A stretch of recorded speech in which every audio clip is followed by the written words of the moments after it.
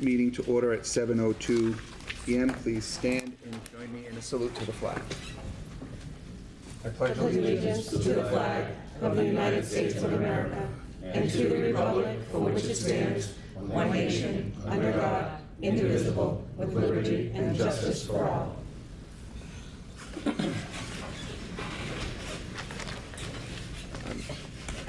Mr. Withers, would you kindly read the special meeting notice for tonight? July 23rd, 2018, to members of the Municipal Council from Mark J. Cooper, Council President. Councilors, by authority of Article 2, Section 2-7C of the Attleboro Home Rule Charter, I hereby call a special meeting of the Municipal Council as follows. Date, Thursday, August 16th, 2018, time 7 p.m. Place is in the council chambers, and the purpose is regular and committee meetings for the month of August and any legal matter that may come before the council. CC may have Paul Haru.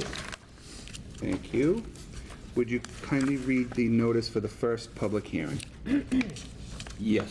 The first public hearing is relative to the petition from National Grid requesting permission to install a new stub pole and anchor to increase the size of cable at West Street and South Avenue, 222 feet southwest of the center line on West Street and continuing in a westerly direction. Thank you. Is there anyone here to speak in favor? How are you doing, everybody? I'm Josh Stabor with National Grid. I'm an electrical engineer with them. Josh, what's your last name? Stabor, S-Z-T-A-B-O-R. Thank you. You're welcome. So the purpose for this pole is we're doing a reconductor project along West Street to bring reliability and better electrical like amperage to the area. So we need a pole for guying purposes and tension purposes. Are there any questions for the gentleman? Councilor Blair. I just missed your last statement. The purpose you need the pole for is increased power, I understand Yeah, that. that pole's for guying, tension. Oh, a guide pole for Yes. tension? Yes. Okay, thank you. Yes. Yes, sir. Pardon me for didn't miss that last statement. Thank you. Any other questions or comments? I've gone, mine won't help. How do yours work? Any other questions or comments? Thank you. Is there anyone else here to speak in favor? Anyone to speak in opposition? Anyone neither for nor against? Hearing none. This isn't you. Well, it's Kate, but it's you tonight. Yes. Vice President, No. do you see any reason to keep this open? This public hearing is closed. Thank you. Okay, the second public hearing this evening is a public hearing relative to the petition from National Grid requesting permission to install 1 to 3 inch PVC conduit to hand hole located on private property 130 feet east of the center line at the intersection of County and Wall Street. Thank you. Is there anyone here to speak in favor? I'm the guy. You're the man. So the reason for this is we'd be coming out of the handhole, which is those big metal covers you would see. That's like a underground room, and we'll be installing 1 3-inch PVC conduit to this new handhole location, and this will be to power the walkway lights. I believe for I think it's a bike path or a walkway over in that area, and I believe this area was agreed upon both by the owner of the property and with National Grid already, so. Great. Any other? So this, yes, thank you. So as we're all aware, we have the bridge that goes behind Cumberland Farms, and so that's the lighting for this. So that's Perfect. Any other questions or comments? Thank you. Is there anyone else here to speak in favor? Anyone to speak in opposition? Anyone neither for nor against? Vice President Brigadier, any Nope. reason to keep this open? Thank you. This public hearing is also closed. Thank you. You're all set? And then do you have any questions on the Slater Street one while I'm here? If I may? Yeah. Just, there is one other piece of business that they're moving, they're relocating a pole, which I'll talk about in Kate's committee, 50 feet, but it didn't require a public hearing. Okay. So Just didn't know if you have any questions while I'm here for the I don't- purpose of it. I don't think so. I think you'll be just fine. Okay. All right. Thank you. Thank you for your very time, much. ladies and gentlemen. Thank you. So that concludes the public hearings. We are going to, I'll entertain a motion to recess at this time to go into committee meetings. We'll do our committee work, and then we'll come back to the mayor's communication, other communication, and committee reports. Second. Entertain a motion to recess, seconded by Counsel Parika. All in favor? Aye. Thank you. We are recessed 7:07. Thank you. We're going to start on this side, Mr. Cooper? No, Counsel Holmes is going first, but we're just going to move around for a minute. I'm going to get out of here.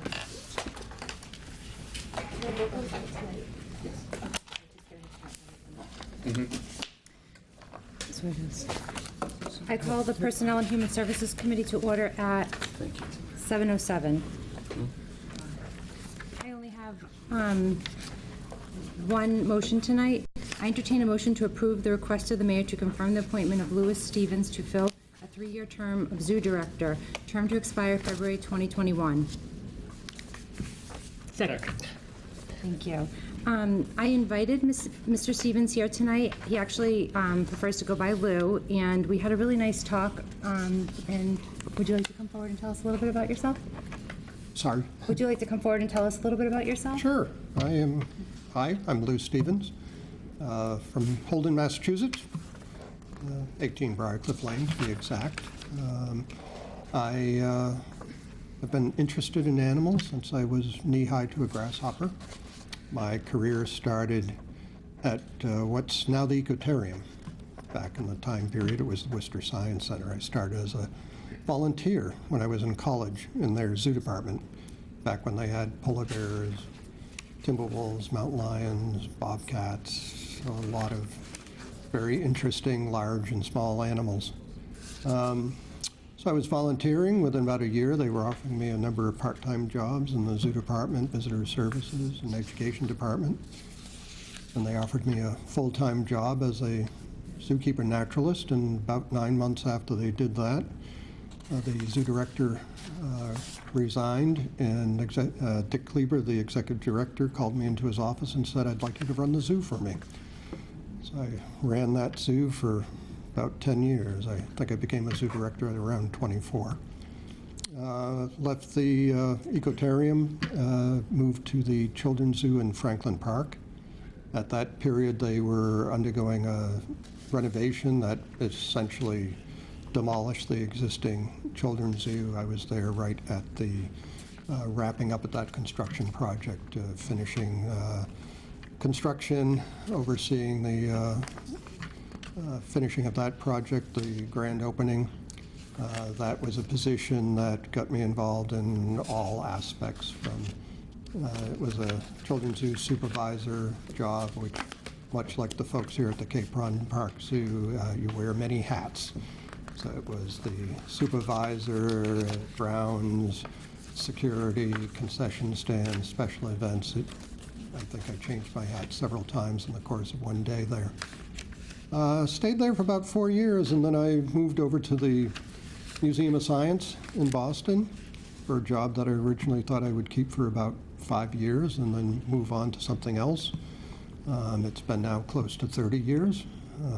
Why stay so long? It's basically, it seemed like every 5 years or so, the museum would embark on a new animal, nature-oriented exhibit that would keep things interesting for a period of time. So why did I become interested in this position here at Cape Run Park? I have a lifelong interest in nature, animals. I will use any excuse to teach anybody about animals, wildlife, natural spaces. And I had reached the point at the museum where I was thinking, well, what do you want to do? The museum wants to expand its animal collection, but those things weren't going to happen for probably about 10 years down the road. And I turned 65 in April, so I said, well, maybe I should look around, see if there's something else that would keep me interested, because this is something I do, and this is something I want to do for as long as I can do it. And that's when I saw the posting for this position here. I've been to the zoo a few times, met with some of the staff.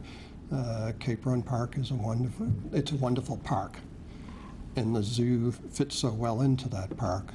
Even though in the course of my career I've been down here to the Cape Run Park Zoo, meeting staff and stuff, I don't think I've ever actually been here during the summer months when the trees are completely leafed out. And I walked in and I went, this is amazing. It's a beautiful, natural site with animals, and you get in there and you don't know you're in Attleboro. You've got a wonderful, dedicated, creative staff that I'm very happy to be part of. They've done some very remarkable things. It's pretty impressive. Thank you. We had a nice talk earlier. I had a nice talk with you earlier. I really enjoyed learning I about should it. also explain I have hearing aids. I enjoyed talking earlier. And Thank you. go ahead, Mr. President. Lou, welcome to Attleboro. Yeah, I've got mine turned I up noticed. too. We'll get the mic turned up so you can hear me. When you first came to the podium, Lou, I thought that this is interesting. We have a seasoned professional coming to Attleboro for his third act. And I'm really welcome that you've come here, because I think what you're going to learn is that we're very proud of our museum, our zoo, and we consider it, and I'm sure I'm speaking for everybody here, one of the crown jewels of Attleboro. And I've spent a lot of time helping the Friends of Cape Breton Park Zoo raise money to support the zoo.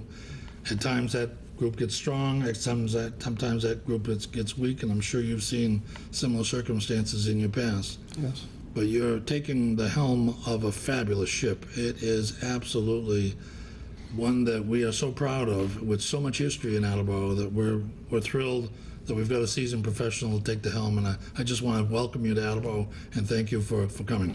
Thank you. It is, you have a gem. Reading the reviews for the zoo, I mean, the research I was doing to prepare for interviews here, it's like you get incredible positive reviews for the experience. It's a perfect experience for young families with small children. I think a zoo is a stepping stone to get people more involved in the outdoors. It's getting them outdoors. We hear about nature deficits with kids not being allowed to go out and play. And I think zoos fill a very important role of getting them out in nature. So I agree, it's a gem, and I'm very proud to be able to add it up. Any other comments, guys? So I would just ask, you've been down there, you see how it's being run and whatnot. Are you comfortable with the direction it's going in? Do you have any thoughts yourself about some of the things you might want to implement there? I've been asked that question, and my response was I need a lot more information than I currently have. And that's, I feel, is the first step, is really getting to know the zoo more than I know, getting to know the history, the finances. I believe that zoos need to have a realistic concept of the resources they have to support the zoo.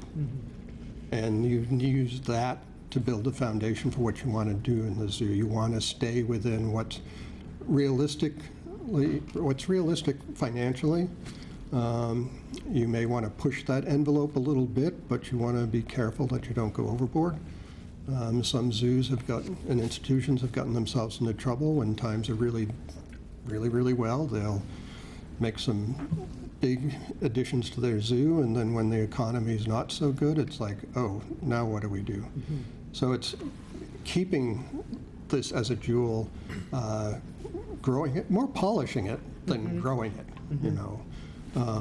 and also ensuring that it remains a piece of this larger Cape Breton Park. That, to me, is the key. These work so well together. You don't want the zoo to overwhelm the park. You want these two to exist. And I know from the few conversations I've done down here, the farmers market that uses the field, and so it's learning about all that's going on that would help inform where I think the direction of the zoo. Right now, I think it's a good direction where it's going. I think the staff has done a remarkable job with working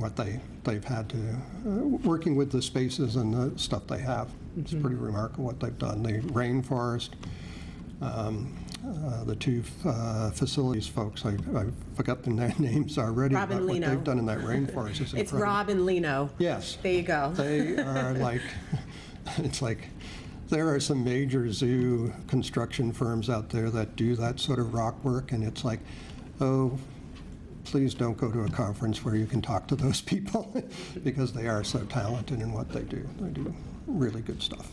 Well, thank you very much. You answered some of my question, but down the road, you'll probably have more Yes. response for it. I'll have better answers down the road. Thank you. Thank you. Thank you, Council Hall. Sure.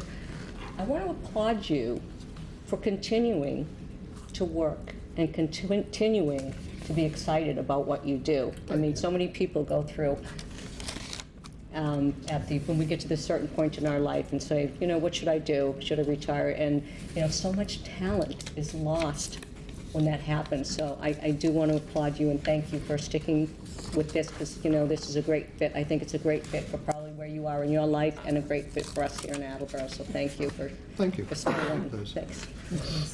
Any other comments? Council Vice President Preco. Thank you, Diana. So you'll see me there a lot. I walk Capron Park every morning with my 2 Wheaton Terriers, so you'll see me all the time when you're pulling in. One of the most challenging things, or one of the things that this council and all previous councils have worked hard with is the revolving fund for the zoo, and how we are continually trying to shift salaries into the revolving fund as opposed to being funded on the municipal side. Do you have experience with, or have you had an opportunity to sit down and have a conversation with regards to that? Because it is kind of challenging and complex, the financial circumstances of Yes, I Capron. understand there's the revolving account, the earned revenue that the zoo is bringing in, and then that there's a portion from the city. I don't know the details of that. When you start thinking in terms of budget preparation and what do you need to support the zoo?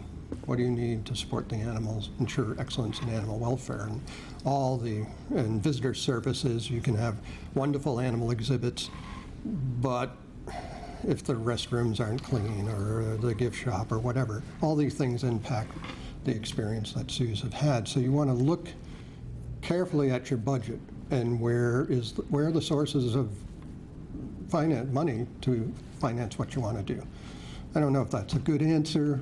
I know it's something that I need to look at, and looking at the finances, the zoo, the budget, also looking history-wise, going back 5 years, and, you know, what's exactly happening. So I have a lot of questions on the budget end of the You'll zoo. get a crash course in that pretty quickly.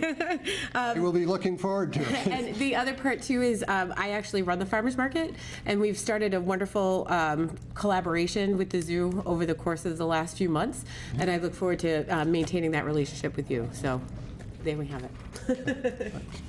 Do you have experience with the budget, with budgets? Budget, yes. Financial experience? Every place I've worked, I've been responsible for developing the budgets for my piece of the equation. At the Museum of Science, basically, I'm directing for a little bit longer a very, very small zoo that happens to be sitting in a science museum. And it's figuring out all your expenses, you know, exactly what it's going to take.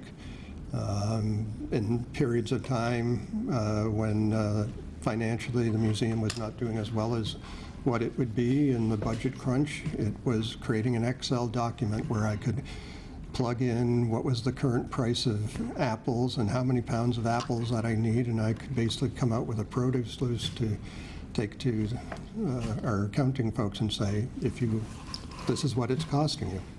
So yes, very familiar with developing budgets. Okay, thank you. Any other questions?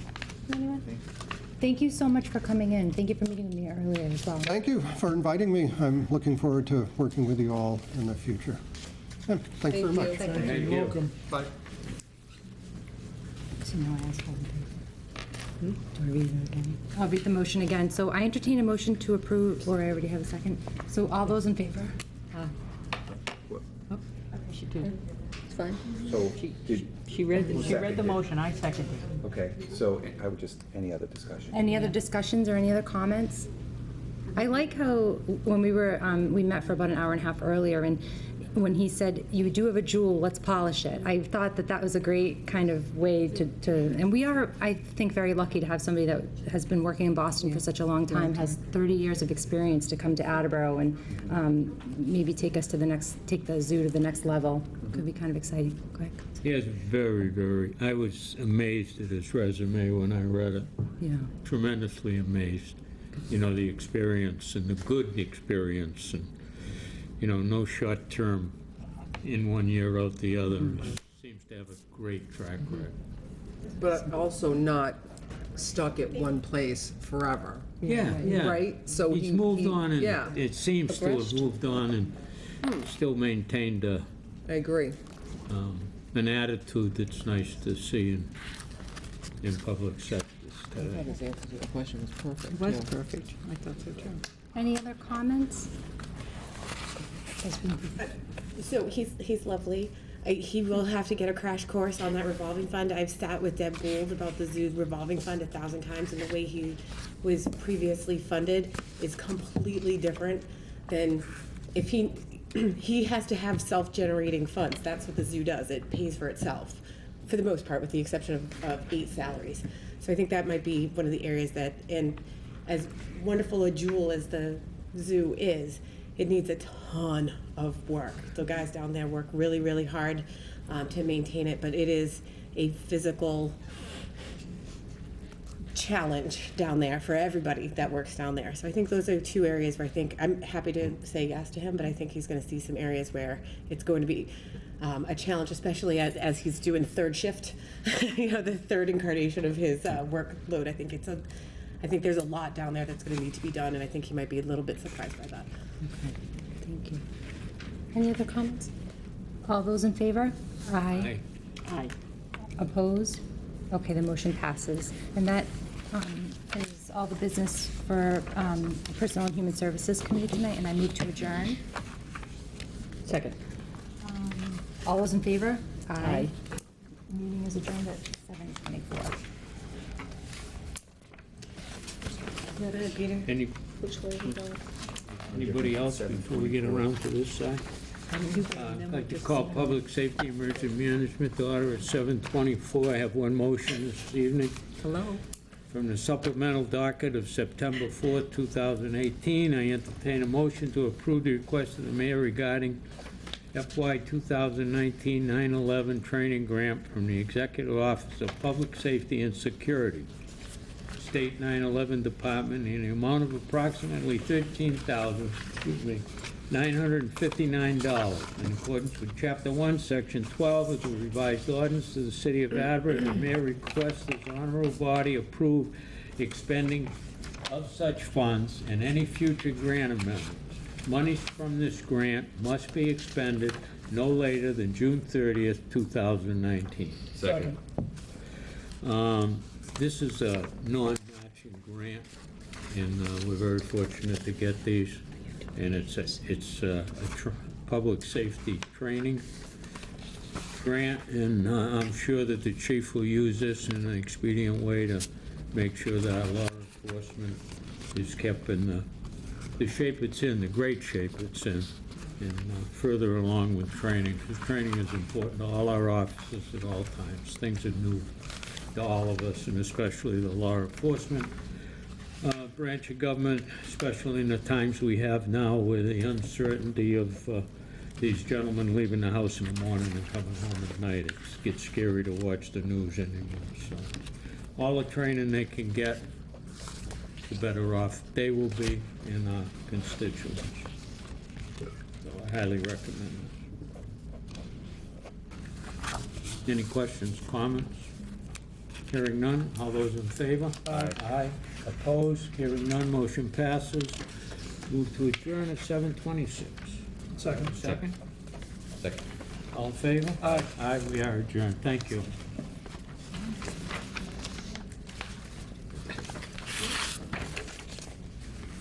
Excuse- No. Oh. Richard, do you have to? I have nothing. Do you want to cancel? I have to wait for 2 more motions. I have to wait for motions, so I was just going to do Kate and my committees together. Okay. If that's okay. City development and capital improvements and city development, there's no committee meeting tonight. It's canceled. We look forward to entertaining an agenda at the next earliest opportunity. Zoning and Land Use Committee is canceled for tonight. And now you're. Okay, so that's all right. So if it's okay with you, now I'm all out of sorts. So, let's see.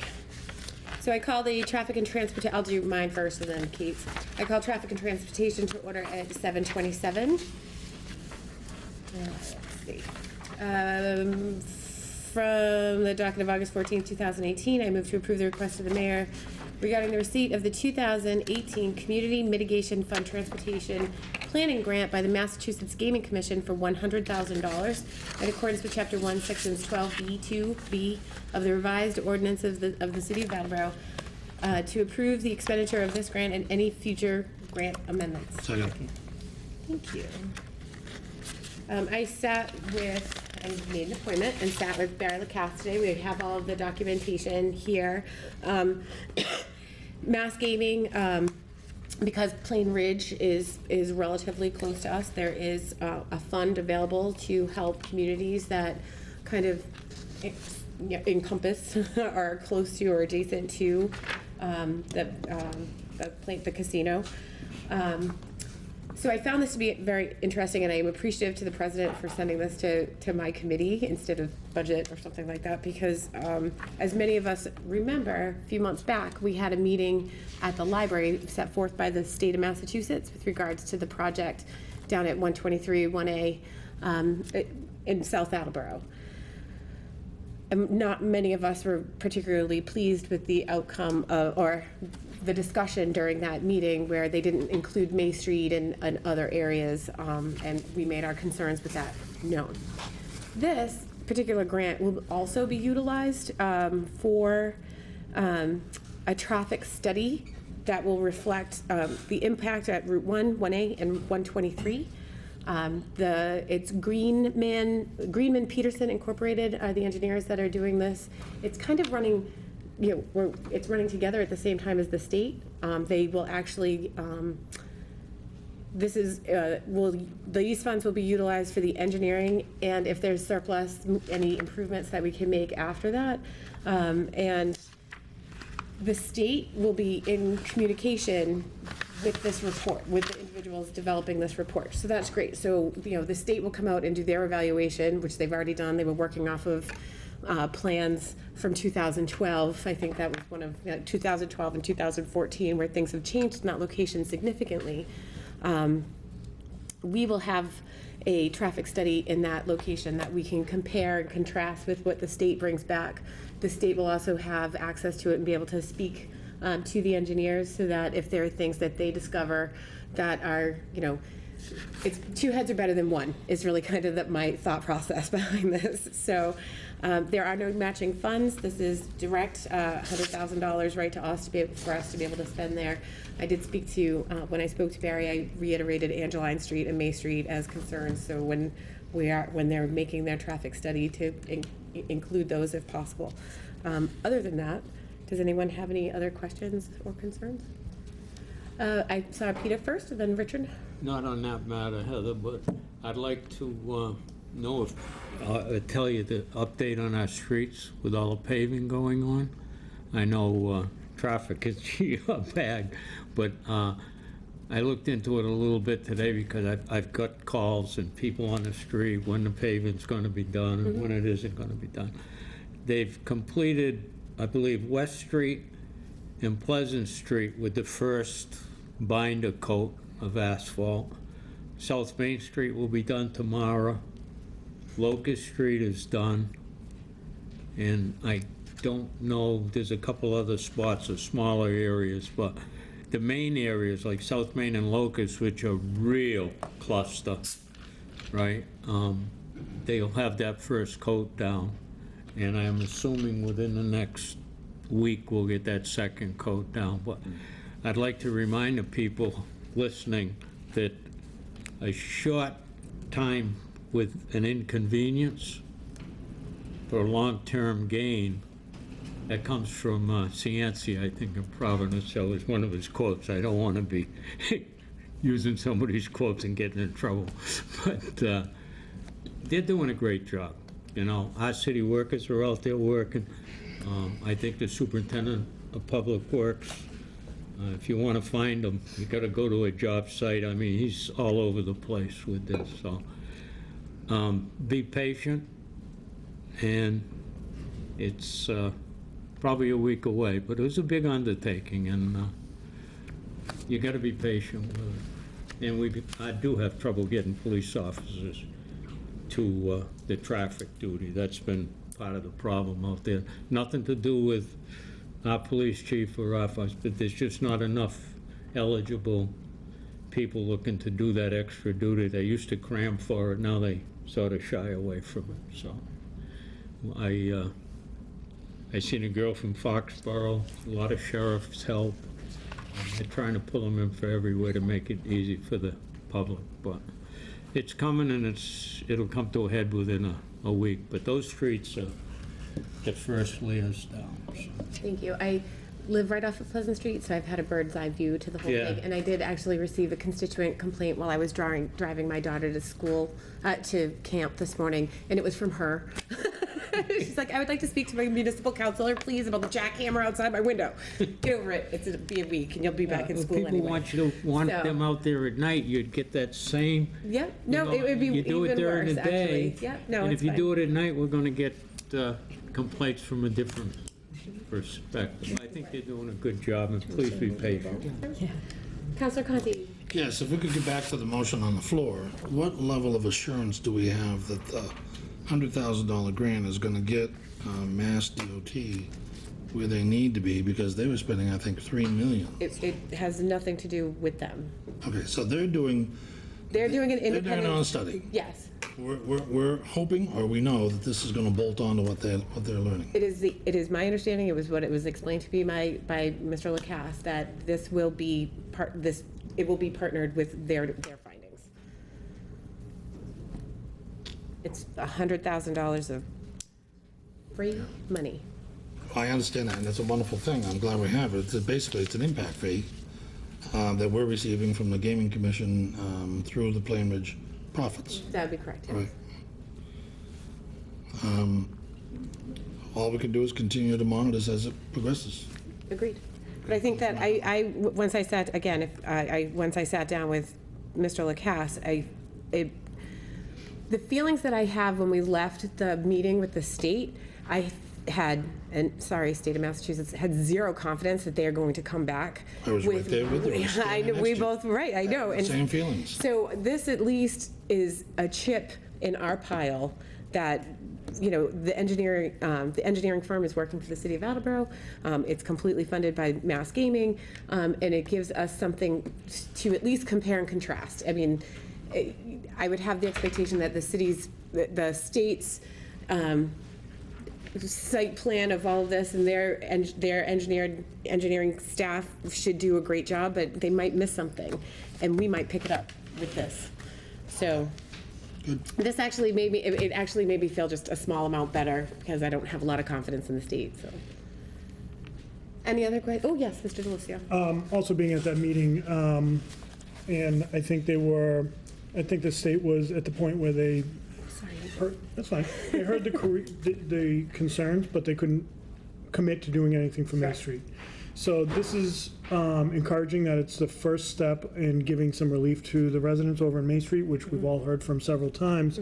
It's encouraging that it is running congruently with what MassDOT's doing, and hopefully, and I share your concern, Councilor Conti, but you know what? If we're going to get $100,000 and we can start to take some of the burden off the stress off the residents of Main Street, it's great. But you know, your bigger point of we got to maintain and we've got to monitor this, I think, is a strong point, because we've been dealing with Main Street now for decades. And just another side note to that, Serped is also doing an independent evaluation specifically as it pertains to Main Street, Angeline Street. So I'm waiting to hear back from them on what their findings are as well. So, you know, as it stands right now, there are 3 traffic studies taking place in Ward 1 / a little bit of 2. I was getting there. And hopefully we'll be able to glean some information, and I'm just grateful, again, we don't, it's something that's exceptionally expensive, and this is a great way to kind of kick that off for the city. Ms. Dolan? I'm all set. You kind of covered what I was going to say, so I'm good. Thank you. Any other questions or concerns? I move for a vote. All those in favor? Aye. The motion passes. Thank you very much. And now, I am not making a motion, however, I would very much like to read in preparation for our September 18th public hearing with regards to Beagle Club Road, I would like to read the draft ordinance that was provided to us by the mayor. Let's see, and this was introduced to us as new business on July 17th. I move to approve the request of the mayor, the revised, I'm not reading it that way because it is not actually a motion, to amend section 10-5.2A by deleting the following: Beagle Club Road, easterly side from 20 feet northerly of West Street to the Water Department Emergency Equipment Access Gate. Also see section 10-5.15, seasonally prohibit on certain streets. Beagle Club Road, westerly side from the Water Department Emergency Equipment Access Gate southerly for a distance of 100 feet. Also see section 10-5.15, seasonally prohibit on certain streets. Amend section 10-5.2A by adding the following: Beagle Club Road, westerly side. Amend section 10-5.15 by deleting the following: section 10-5.15, seasonally prohibited on certain streets, adopted 2/6/18. Parking upon the following streets or highways or parts thereof is hereby prohibited during the dates described herein. Beagle Club Road, both sides of the entire street from June 1st through and including the day after Labor Day of each year. Add section 10-14, Beagle Club Road. We're adding a new section to that. Add section 10-4.1, Beagle Club Road visitor parking permit. A, residents of Beagle Club Road shall have one Beagle Club Road visitor parking permit issued to each house at no cost. Beagle Club Road visitor parking permit shall be obtained from the city clerk. Replacement of Beagle Club Road visitor parking permit shall be $50. B, Beagle Club Road visitor parking permits will be constructed in accordance with the city's specifications. The visitor parking permit shall contain the home address of the resident, the word visitor, quote unquote, the city seal, a number to indicate which Beagle Club Road resident was issued the visitor permit, language that the visitor permit is issued for parking on Beagle Club Road only, instructions that the visitor permit must be placed on the dashboard facing upwards so that it may be inspected for validity, and language that the visitor permit is issued by the city of Attleboro and not valid for any other location. Visitor parking permit information shall be maintained by the city clerk. C, Beagle Club Road visitor parking permits shall not be used for visitors to the Manchester Reservoir or watershed area unless accompanied by a Beagle Club resident. Violators shall be fined $50 for the first offense, $100 for the second offense, and $250 for each subsequent offense. Add section 10-14.2, Beagle Club Road temporary visitor parking permit with the following text. A, the city clerk shall issue 24-hour temporary visitor parking permits to residents of Beagle Club Road, which shall be embossed with the city seal. The 24-hour visitor permit shall contain the home address of the resident, the words, quote, temporary 24-hour visitor permit, end quote, the city seal, a number to indicate which Beagle Club Road resident was issued the 24-hour temporary visitor permit and recorded by the city clerk.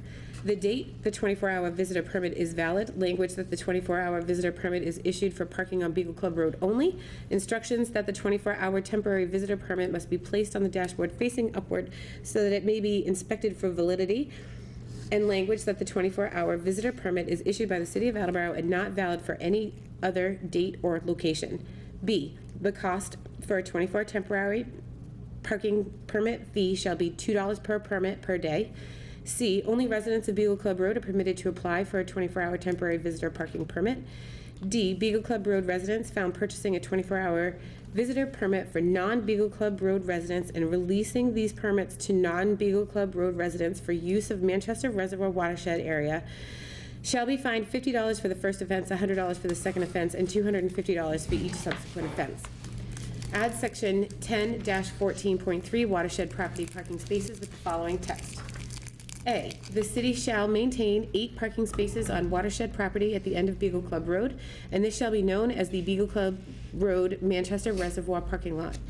B, the use of these 8 parking spaces in the Beagle Club Road Manchester Reservoir parking lot will require a permit issued by the city clerk. The Beagle Club Road Manchester Reservoir parking lot permit may be issued to the owner of the vehicle in the form of a sticker that shall be attached to the inside of the vehicle on the lower left side of the windshield. The city clerk shall record the name, address, phone number, email, vehicle model, make, color, and year, and license plate number of the vehicle being issued a permit. C, the cost of a Beagle Club Road Manchester Reservoir parking lot permit shall be for $10 for city residents and $100 for non-city residents and $150 for out-of-state residents. This Beagle Club Road Manchester Reservoir parking lot permit shall be valid for 1 year from January 1st until December 31st. D, failure to have a properly displayed Beagle Club Road Manchester Reservoir parking lot permit shall result in the vehicle being ticketed and towed from the Beagle Club Road Manchester Reservoir parking lot and at a cost that will be borne by the owner of the vehicle.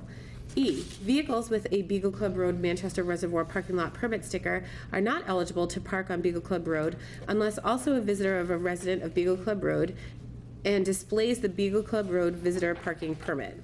F, these 8 parking spots shall be open from dawn until dusk, year-round. Vehicles parked in the lot at the end of Beagle Club Road are not permitted to remain in one parking space for more than 3 hours. G, Beagle Club Road residents are not eligible to obtain a parking permit sticker for the Beagle Club Road Manchester Reservoir parking lot. Add section 10-14.4 Beagle Club Road signage with the following text. A, at the corner of Beagle Club Road at West Street, the city shall maintain a sign that indicates that a, quote, parking permit is required beyond this point. Violators will be ticketed and towed, end quote. B, this ordinance and all permits contemplated hereunder shall become effective upon completion of the Beagle Club Road Manchester Reservoir parking lot as determined by the mayor. Public hearing 9/18/2018. So I thought it was important, we're coming to the end of what is the seasonal restriction at that location. I did speak with the police chief today. There have been no instances of concern in that location. We haven't had, I've talked to some of the residents, there's a couple of cars that come and go and things like that, but it hasn't been nearly as many of us recall the circumstance that it's been down there. So what we have in place right now is currently effective. We've all talked about getting a parking lot down there and things like that, and the mayor and I, as you're very well aware, we've met with the residents down there, and this is what he gleaned from the conversations with them. We do have a public hearing scheduled for the 18th. I expect that to be an interesting evening and an interesting discussion with regards to all of this. And as it's stated, hold on one second. So part and parcel to this is that if I could just read B again on section 10-14.4, this ordinance and all permits contemplated hereunder shall become effective upon completion of the Beagle Club Road Manchester Reservoir parking lot as determined by the mayor. So the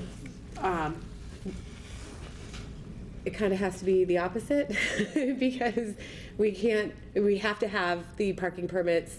We have to have all of if this is something that we want to do, we can change the number, we can change the dollar amounts, we can change it to straight up towing, we can change the hours. We have every right and ability as the legislative body to be able to come in and make changes to this in any way that we want. But it's an all or nothing deal. We have to, according to what's listed here. Someone could make a motion to strike that portion of it so that we can put the parking lot in and make it a little bit different, but I think that would be challenging to. So I point of order, because we're starting to get into a having discussion. You're right. You're right, and I don't have a motion on the floor. Haven't had the public You're hearing, right. and you didn't have a motion. You I just wanted to appreciate read it, so. I did want to read it. I look forward to the public hearing. If you have people that want to talk to you about it, tell them to come to the public hearing. And that concludes the business for Traffic and Transportation Committee for this evening. I call for adjournment at 7:46. Second. All those in favor? Aye. And I just have, if you want to go, I'll check with Virginia. Sorry. I would like to call budget and appropriations to order at 7:46. I just have 4 quick motions. Basically, as we do this time of year, there's a lot of just tidying up from previous fiscal year. So from the docket of August 14th, 2018, I entertain a motion to approve the request of the mayor to transfer $810 from account 6000-530114 wastewater enterprise fund laboratory services to account 6000-578020 wastewater enterprise fund previous year's bills regarding the need to pay for fiscal year invoices from Rhode Island and Second. thank you, Councilor Cobus. Okay. You read $810, but my sheet says $800. 811, sorry, thank you for that.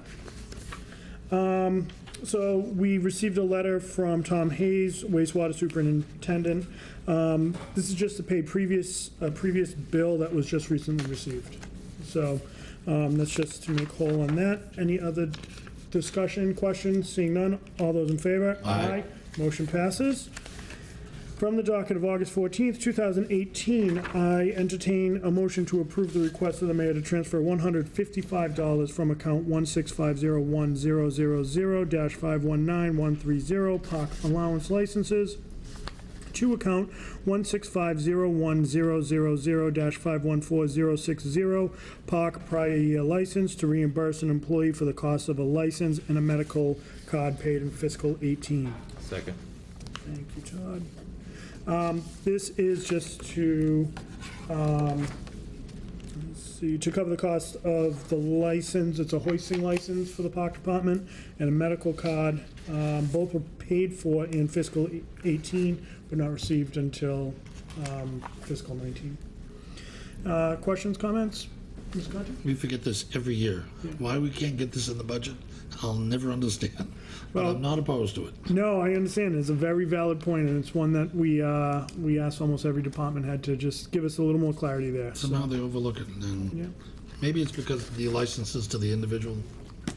Yeah, it could be any number of things. I think a lot of it ships in the night when things come in. We'll chalk it up to Mr. Corsi of being new. We'll give it to them. Absolutely. Any other questions, concerns? Seeing none, all those in favor? Aye. Motion passes. From the docket of August 14th, 2018, I entertain a motion to approve the request from the mayor to transfer $36,000 from account 1124100-57830 Citywide Reserve Fund for transfer to account 121-01000-511000 Police Salary regarding the need to replenish funds that were previously expended to pay an annual first responder stipend that was due the second pay week of July 2018. An internal transfer was completed in order to fulfill this contractual obligation. Payment as contract was not settled prior to the fiscal year 19 budget process completion. Second. Thank you, Todd. I think that last line explains it all. This is an obligation payment that was not part of the fiscal 19 budget because it wasn't, the police contract not settled at that point. So, Mr. Chairman, just one thing caught my eye when I first read this. Sure. And it's the beginning of the last sentence. An internal transfer was completed in order to fulfill its contractual obligation. I understand the need to meet the obligation because it's contractual.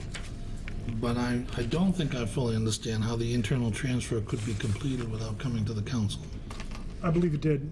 Oh, okay. Yeah, Okay. because there were several line items that came down, I believe it was June, Counselor. So, yeah, we voted on all that. There was several different line items. Good. And I believe at that time, the chief indicated that this would probably be coming down. Thank you. Yep, no, great question, thank you. Any other questions, concerns? Seeing none, all those in favor? Aye. Motion passes. Finally, I entertain a motion to approve the request of the mayor regarding the Council on Aging's receipt of approximately $13,020 through the Community Development Block Grant fiscal 2018, and that in accordance with Chapter 1, Section 12 of the revised ordinances of the City of Attleboro, request this honorable body approve the expenditure of such funds and any further grant amendments by the Council on Aging to fund the Outreach Shine Council. Second. Thank you, Councilor Clovis. Yep, this is just from Madeline McNeely as part of the CDBG. There was a grant for $13,020 to fund the Outreach Shine Council, which Madeline did a wonderful job during the budget hearings discussing the importance of the role. It's not, so this is just to expend the grant for the Outreach Shine Council. Any other questions, concerns? Seeing none, all those in favor? Aye. Motion passes. I would entertain a motion to adjourn. Second. All those in favor? Aye. Aye, we are adjourned at 7:51. Can I do Public Works now? Yeah, Is that because I need a third, right? So No, there's two of us. We're fine. that's fine? Yeah. Oh, all right, yeah, go ahead. Okay. Reporting, I call the Public Works Committee to order at 7:51.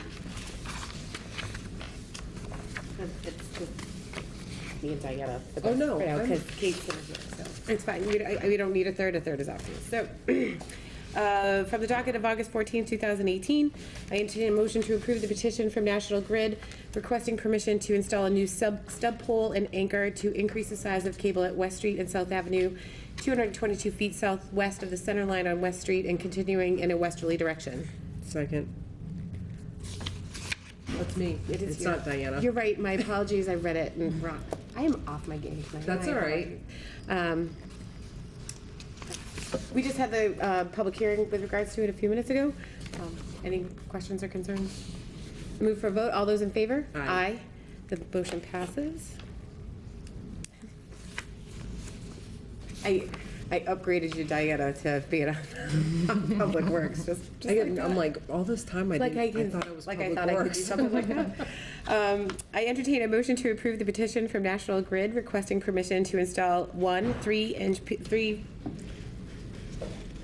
PVC conduit to handhold located on private property 130 feet east of the center line at the intersection of County Street and Wall Street. Second. Again, we just had the public hearing with regards to that. Any questions or concerns? I move for a vote. All those in favor? Aye. Aye. Motion passes.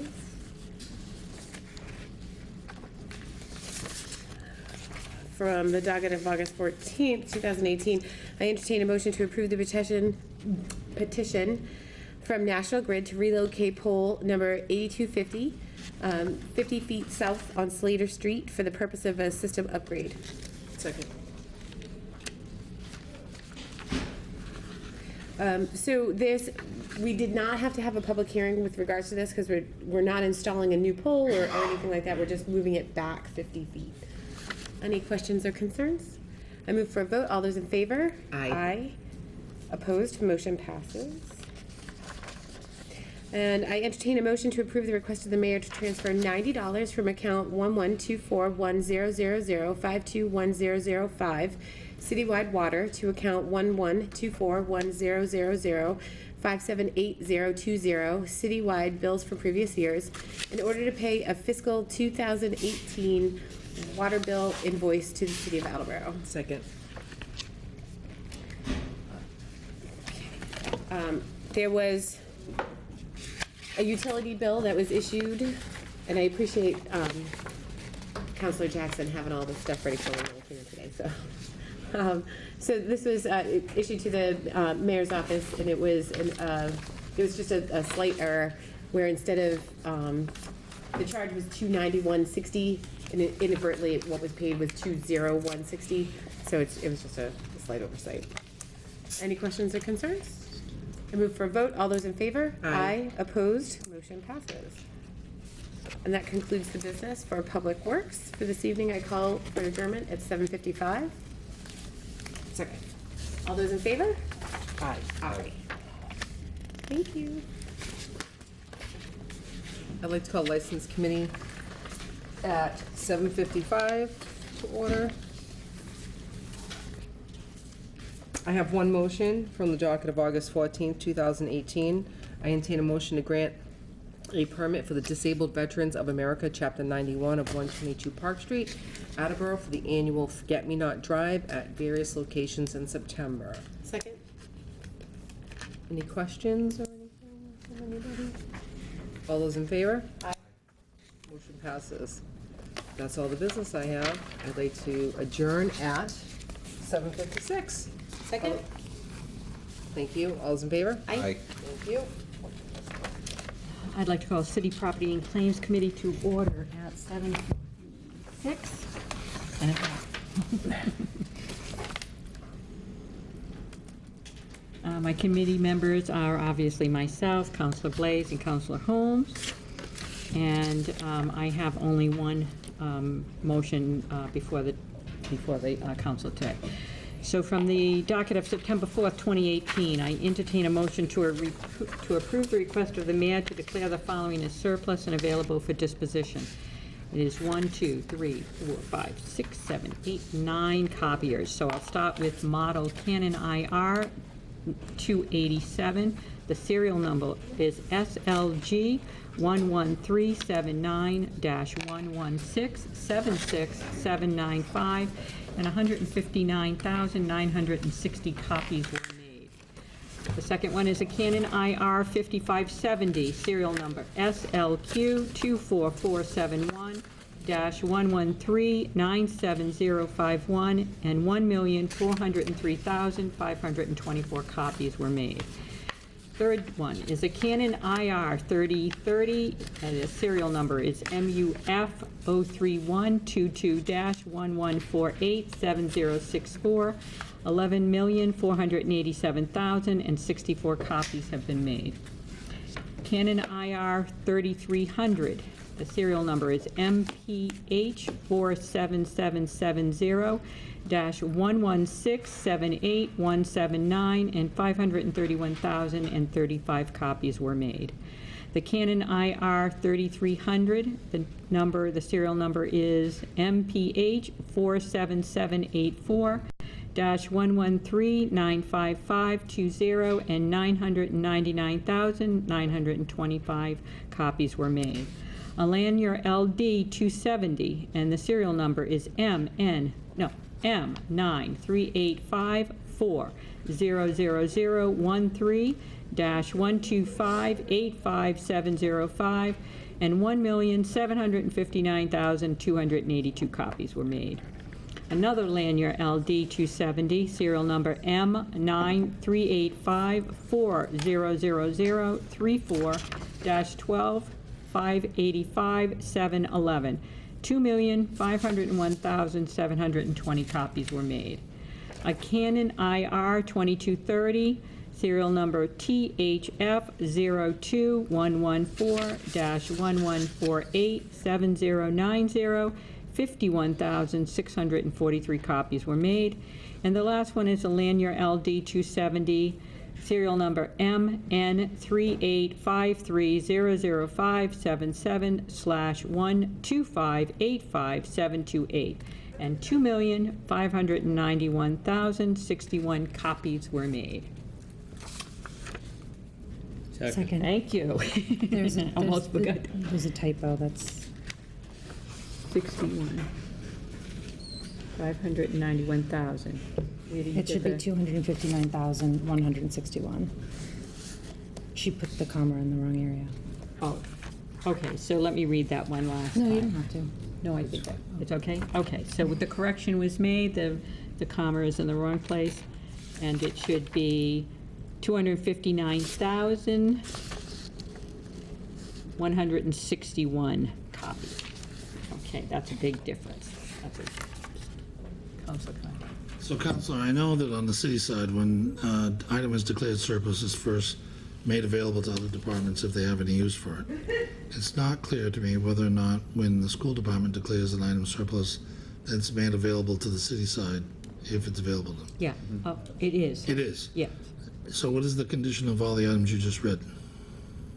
Well, I just think, from what I recall reading, and I don't have it in front of me from last week, is that they are no longer in great working condition. You know, I mean, some of them, if you think about it, are over 1 million copies, and that's a lot of copies. That's obvious, yeah. The ones that have like the 51,643, you know, I don't know, that's a small amount compared to others, but it might not have been as expensive a model as the ones that are producing 2 million. So refresh my memory, in the process of disposition, it goes into the purchasing department, they put all the goods out on that service. On the service. And they get sold for whatever price they bring. Thank you. Okay. Any other questions, concerns? All those in favor? Aye. Okay, so that motion passes. And that's all the motions that I have this evening, so I would like to make a motion to adjourn. Second? Second, Okay. 8:01. All those in favor? Aye. 8:01, all those in favor. Aye. This needs to be moved, don't we? Yeah, one over there. We need one over there. So we are We have to keep adjourned. the same time, though. I turn this way, I turn that way. I'm going to call to order the Committee on Ordinance, Elections, and Legislative Matters, and I'm calling it 8:01. I have one motion this evening from the docket of May 15th, 2018. I entertain a motion to amend Section 3-9, work stated prior to obtaining permit relative to the following: that in accordance with the revised ordinance of the City of Attleboro, Chapter 3 building, to amend Section 3-9, work started prior to obtaining permit, line 2 and 3, to reflect a fine up to the assessed property value as listed on the assessor's records at the time of demolition, to replace the triple P language, which is currently set at a maximum of 3 times $30 or $90. To amend Chapter 3 of the revised ordinance of the City of Attleboro, Chapter 3, Building Section 3-9, should be work started prior to the obtaining permit, to read: where any work except provided by Section 3-9.1 for which permit is required by 780 CMR, the revised ordinance of the City of Attleboro, or any other applicable code is started or proceeded with the prior to obtaining such permit, shall pay a fine up to the assessed property value as listed on the assessor's records at the time of demolition. Payment of the fine shall not relieve any person from fully complying with the requirements of the above-mentioned codes and ordinances in execution of the work, and shall also not offer relief from any other prescribed penalties. These changes did have a public hearing. We had the public hearing last Tuesday. Second? Thank you.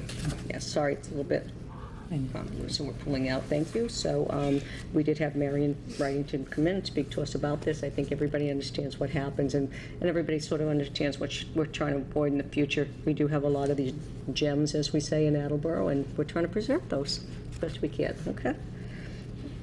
Anybody have any questions, comments, concerns? All right, all in favor? Aye. Okay, the motion passes. That concludes all the business that I have for Ordinance, Elections, and Legislative Matters Committee. I will adjourn at 8:03. Thank you. At 6:03? 8:03. 8:03? We weren't here at 6. I can't remember. I don't think if you move it any closer. Thank you. Okay. All in favor? Aye. So we are now concluded. At 8:03 it was. Sorry about that. I noticed the typo. I was going to say second, and then I noticed the typo, so. Because I was like, She forgot the zero oh, in there. maybe she did, I don't know. Maybe That's what I thought. I thought you went in there and she said something. I thought she I forgot the was, zero. I should have said second, but I was like, Oh, okay, let me that check. doesn't look right. You could be, I mean, That would be right. so maybe you said it right, I don't know. So we both knew it was a typo, but we were looking at it a different way. I'm so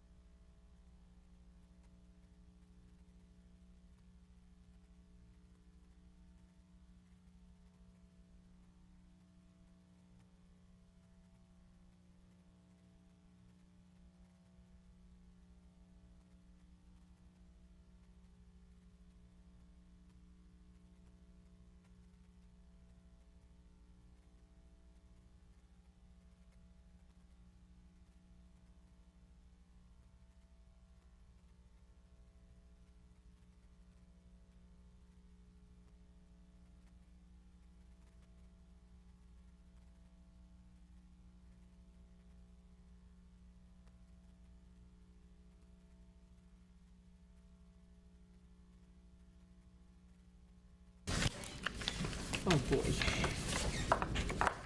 Call the council back to order at 8:09. We're going to move right to the reading of the mayor's communication. Mr. Withers, would you? August 16th, 2018, dear municipal councilors. As you may know, in 1992, Section 10-4.151 of the revised ordinances was amended to prohibit through trucking on Tiffany Street from South Avenue to County Street. Since that time, several important traffic improvements have occurred that now render no-through trucking for the entire length of that portion of Tiffany Street unnecessary and inconsistent with an approved urban renewal plan in Mass DOT regulations. In the Attleboro Industrial/Business Urban Revitalization and Development Plan, IBP-URP, approved by your honorable body on 12/17/12, the construction of Ides Hill Commerce Way was to serve, among other things, as an alternate east-west Route 123 bypass route for traffic traveling between I-95 and Route 152. In keeping with the IBP-URP, Commerce Way was constructed. Therefore, Tiffany Street from Commerce Way to South Avenue underwent a full-depth reconstruction, including widening, drainage improvements, including a new culvert, sidewalks, handicap-accessible ramps, and traffic signal upgrades at the intersection of Tiffany Street and Route 123, or South Avenue.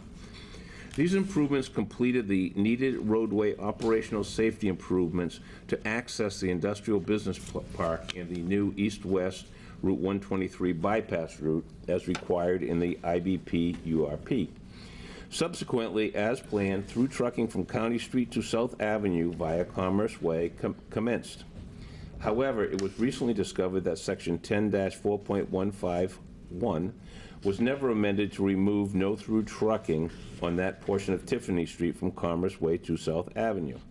Consequently, no-through trucking signs were reinstalled to reflect 10-4.151 of the revised ordinances. Upon this discovery, Mass DOT District 5 was contacted by Superintendent of Public Works Michael Tyler. In his letter attached, Superintendent Tyler expressed his support for through trucking from Commerce Way to Tiffany Street to South Avenue. In his response letter, also attached, Mass DOT stated that both our District 5 office and our Boston office regulations section are in agreement with the city on this action. It is worth noting that in its letter, Mass DOT also mentions actions that could be taken by the city with regards to the posted speed limit signs on both Tiffany Street and Commerce Way. Please be advised that this is an important but completely separate issue which is already being dealt with through the Department of Public Works and the Planning Department. Therefore, and in keeping with the IBP-URP and the directives of Mass DOT, I hereby request your honorable body to amend Section 10-4.151 of the revised ordinances by deleting Tiffany Street from South Avenue to County Street and replace it with Tiffany Street from Commerce Way to County Street. Furthermore, I hereby request your honorable body to hold a public hearing at the appropriate time on the above ordinance change. Copies in your packets. Sincerely, Paul Haru, Mayor. So that item number 1 will go to Transportation and Traffic Committee, and Vice President Perico, would you like to also send that to Traffic Study Commission? Yes, please. We'll also send that to the Traffic Study Commission. Thank you. We can move to, there's one other communication. There is one other communication, and we received a communication from Regilio Diaz of 41 West Cole Street, number 2, Pawtucket, Rhode Island, submitting an application for a Class 2 license at 537 Washington Street, South Attleboro, for the purchase and sale of second-hand vehicles. License Committee, please. Council Dolan, would you like to call for a public hearing on September 4th? Yes, I would. Thank you. So we will have a, all in favor? Aye. Aye. Hello? Can we have a public hearing Do we do a public hearing on the first one? on the 1st or the 4th? Point Can we of have a order. public hearing on the day of the election? Oh, you're right. Oh. We can't have it on the 4th, so we'd have to have it on the following 18? 18th. That's why, see? There you go, I you're knew right. there was I had said to Steve, I'm like, I feel like it should be the 18th, and I feel like I don't know why. It's Now I know. because there's an election. Thank God. It was only you and I that voted yes. Right. So, again, we're going to have a public hearing on the 18th for the Class 2 license. All in favor? Aye. Thank you. Motion passes. Motion passes September 18th. Thank you. And we will move right. That is it. Thank you. To committee reports, and we will start, as usual, with Council Blair. I'm reporting for Public Safety Emergency Management. I have one motion this evening. The docket of September 4th, 2018, I move to approve the request regarding FY 2019 9/11 training grant from the Executive Office of Public Safety and Security, State 911 Department, in the amount of approximately $13,959. In accordance with Chapter 1, Section 12 of the revised ordinance of the City of Attleboro, the mayor requests that this honorable body approve the expending of such funds and any future grant amendment. Monies from this grant must be expended no later than June 30th, 2019. Second. Thank you. Motion's in order. Council Blair. And we discussed this just a short period of time. Any other questions or comments? Hearing none, this requires a roll call vote, and the vote will begin with Council Blair. Mr. Blair. Yes. Mr. Conti. Yes. Mr. Kobus. Yes. Vice President Parika. Yes. Mr. DeLisio. Yes. Ms. Dolan. Yes. Ms. Reynolds. Yes. Ms. Holmes. Yes. Ms. Hall. Yes. President Cooper. Yes. 10 yeas, 0 nays. Thank you. Motion passes. I have no other business this evening, Mr. President, but request a committee meeting if that's appropriate. Perfect. Council Conti. Mr. President, the Capital Improvements and City Development Committee has no business to bring before the council this evening, but we look forward to our meeting September 4th. Thank you. Council Kobus. Reporting for zoning and land use, we have 3 items. Start with the first one from the docket of June 19th, 2018.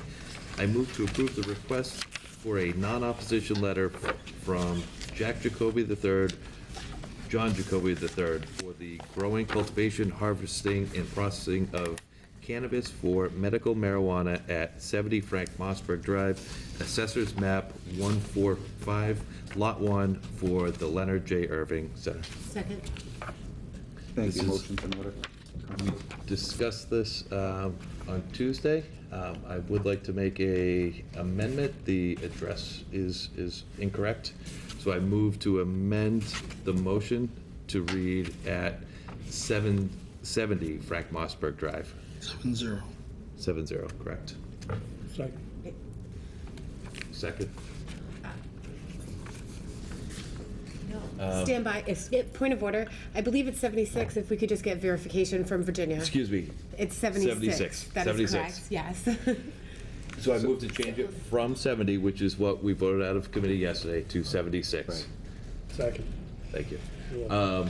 So, just so we're clear, we voted 70 Out of committee. out of committee, and we're amending to 76. Correct. Okay. Great. Any other, the motion's in And- order.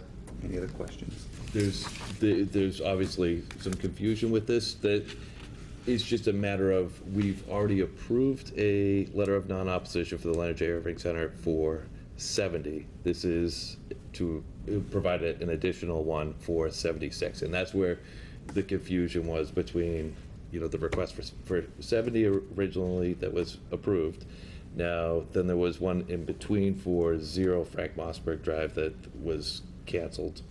And now, so this one is for 76, and we discussed it on Tuesday, and that's all I have. Okay. Any other questions or comments about the amendment? We will have a roll call vote, beginning with Council Hall on the amendment, and then go to the motion as amended. Bless you. Ms. Hall. Yes. Ms. Holmes. Yes. Ms. Reynolds. Yes. Ms. Dolan. Yes. Mr. DeLisio. Yes. Vice President Parika. Yes. Mr. Kobus. Yes. Mr. Conti. Yes. Mr. Blair. Yes. President Cooper. Yes. 10 yeas, 0 nays. Thank you. Motion passes. So as, now we're back to the motion as amended. Any other questions or comments from anyone? Hearing none, this also requires a roll call vote, and we'll begin with Councilor Blair. Mr. Blair. Yes. Mr. Conti. Yes. Mr. Cobus. Yes. Vice President Perica. Yes. Mr. Delicio. Yes. Ms. Dolan. Yes. Ms. Reynolds. Yes. Ms. Holmes. Yes. Ms. Hall. Yes. President Cooper. Yes. 10 yeas, 0 nays. Thank you. Motion passes. From the docket of June 19th, 2018, I move to approve the request for a non-opposition letter from Attorney Edward J. Casey for marijuana cultivation, marijuana product manufacturing, and marijuana retailer at 527 Pleasant Street for Briarleaf LLC. Second. We discussed this one on Tuesday. Just a letter of non-opposition. Any other questions or comments? Hearing none, this requires a roll call vote, and we'll begin with Counselor Hall. Ms. Hall. Yes. Ms. Holmes. Yes. Ms. Reynolds. Yes. Ms. Dolan. Yes. Mr. Delicio. Yes. Vice President Perica. Yes. Mr. Cobus. Yes. Mr. Conti. Yes. Mr. Blair. Yes. President Cooper. Yes. 10 yeas, 0 nays. Thank you. Motion passes. From the docket of November 17th, 2018, I move to approve the following ordinance. And permission to waive the reading? Second? So I think you should read what's here, just so it's clear what there. That the city adopted an ordinance governing the operation of non-medical marijuana establishments as defined under Mass General Law, Chapter 94G, Section 1, by amending certain sections and subsections of Chapter 17 zoning of the revised ordinance of the city of Attleboro as follows. Section 17-3.4, Table of Use Regulations, Section 17-8.6, Fee Schedules, Section 17-10.15, Registered Marijuana Dispensary Uses, Section 17-11.2, Definitions, New Definitions, and any other sections relative to the proposed use. Second. The motion's in order. Counselor Copus. All right, so we're finally here voting on this tonight. And we're voting tonight to really sort of help define the policy for the city with regard to adult use marijuana. And I just want to take a quick second to say, regardless of how my fellow councilors ultimately vote tonight, I wanted to thank each and every one of you for your input and help developing this ordinance, even you, Peter. Thanks, Bill. I understand our weekly additional committee meetings early on were fairly burdensome, but if it wasn't for those sessions, this never would have come together. I'd also like to acknowledge the feedback and input I've heard from residents, potential business entities themselves, and of course from their lawyers. There are so many elements all pulling in various directions with regard to this issue.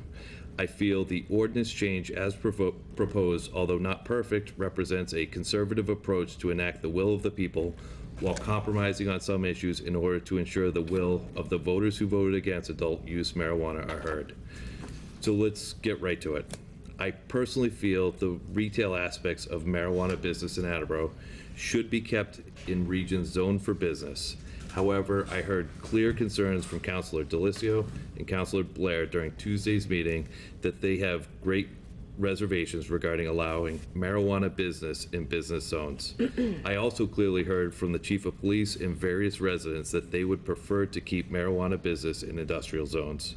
As a result, I have written an amendment to alter the existing proposed ordinance to restrict use to industrial zones. I am not saying I support this motion, but I didn't feel it was appropriate to try and get what I personally feel is best for Attleboro by using tricks or depending on it being too burdensome or complicated for someone who hasn't spent the countless hours with this complex ordinance to write the amendment.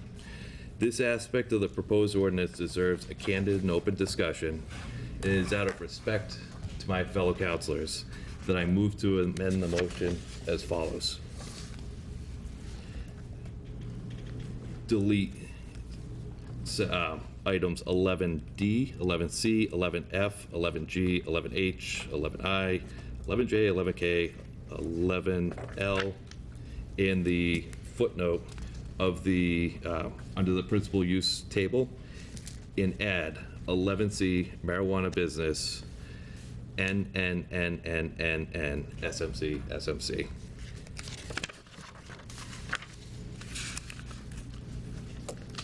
Next. Delete section F8 and replace it with the gross floor area for the customer or patient accessible areas of a medical marijuana treatment center or marijuana retailer shall not exceed 5,000 square feet. Council Clovis, I think we should do one at a time. One amendment at a time, because the risk is, if you lump them all in one, and one counselor doesn't like one thing that you're doing, they may not go for the amendments in its entirety. With respect, we can accept one and not all of them. And this was distributed to all counselors last night. So I'd prefer to read all of the amendments as distributed, if we can. You can do that, but I'm telling you that as the council president, I will not support multiple amendments throughout. We should, and we have traditionally done one amendment at a time and gone round robin to see who was going to approve those amendments. We haven't amended on the council floor that I can remember done totality sort of amendments across the board. We've done lots of individual ones, but not bigger ones. Okay, so do you want to start? We can do that way. So the first amendment is I move to change the table of use to delete all of the additional items, 11D through 11L, and replace it with 11C, marijuana business, NN, and SMC, which, or, Second. second. So just so I'm clear, Just a change on the first page. right, but you're making a motion to delete all the lines In the footnote. and the footnote, and only you're changing the word retailer to business. Changing registered marijuana dispensary to marijuana business. And you're not 11E, you're keeping as marijuana retailer. 11E What you have is, it in the ordinance was a marijuana retailer. yes, or 11E is gone. It's just 11C changes from registered marijuana dispensary to marijuana business.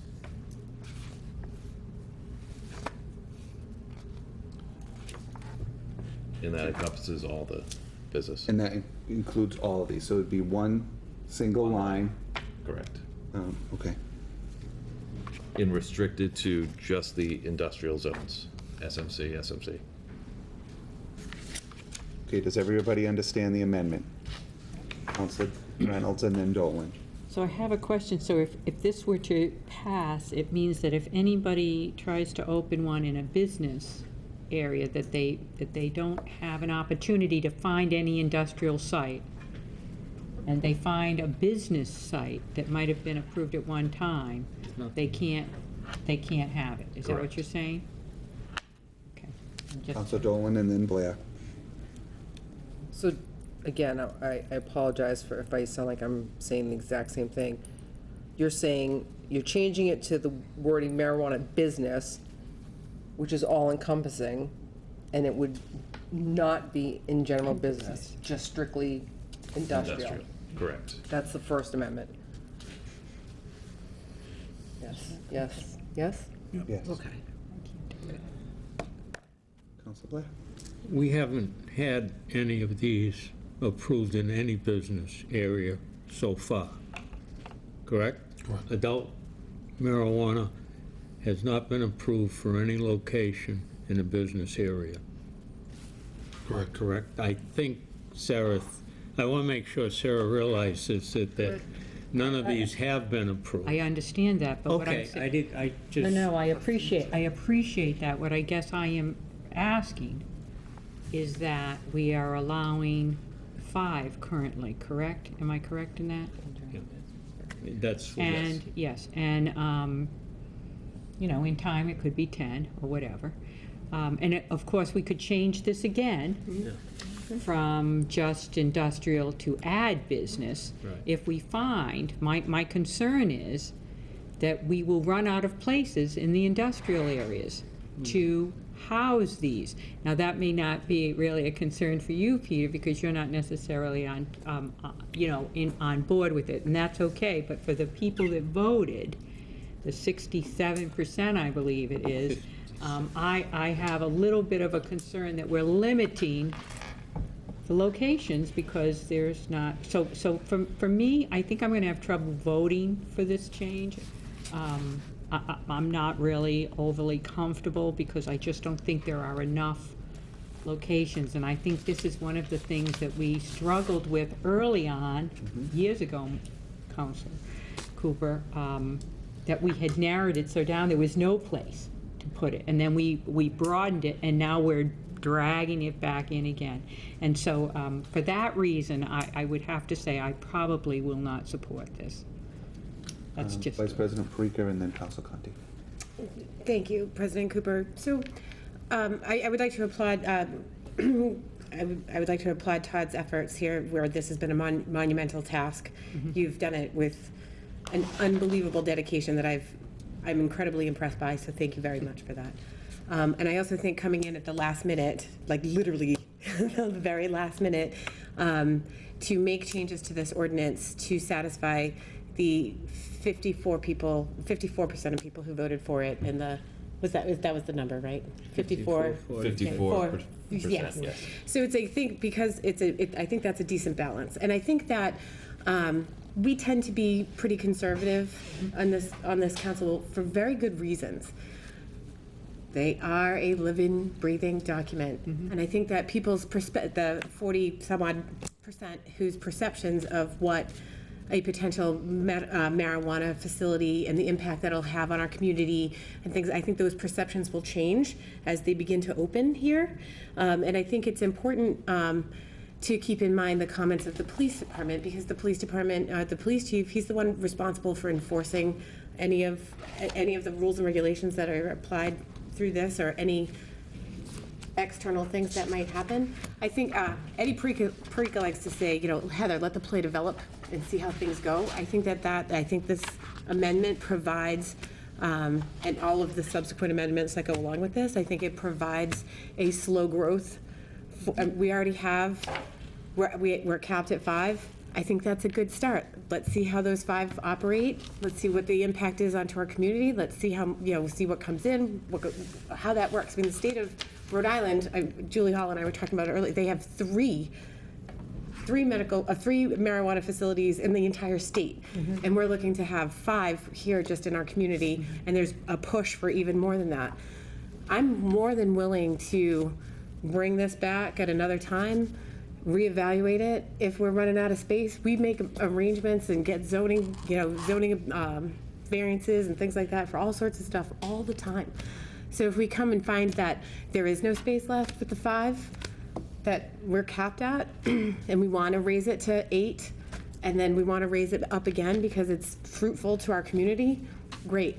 But I think that because there's so much really, the perception is that there's so much unknown about it, I think that the remainder of the public will be comfortable with a slow roll approach to see how this works out, and then we can happily go back and change it.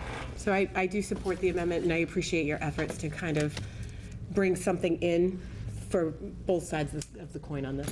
Thank you. Council Conti. Thank you, Mr. President. I too support the amendment. I had marked up my ordinance to make the similar change, but I was surprised tonight when I came in and saw that we were changing the classes of principal uses from medical marijuana treatment center to registered marijuana dispensary, because I thought that there was an evolution in the terms, and that in the ordinance that was approved by the committee, there's a definition for a medical marijuana treatment center, but in the ordinance being presented at this time, Marijuana business. This says registered marijuana dispensary. Right here. Delete that.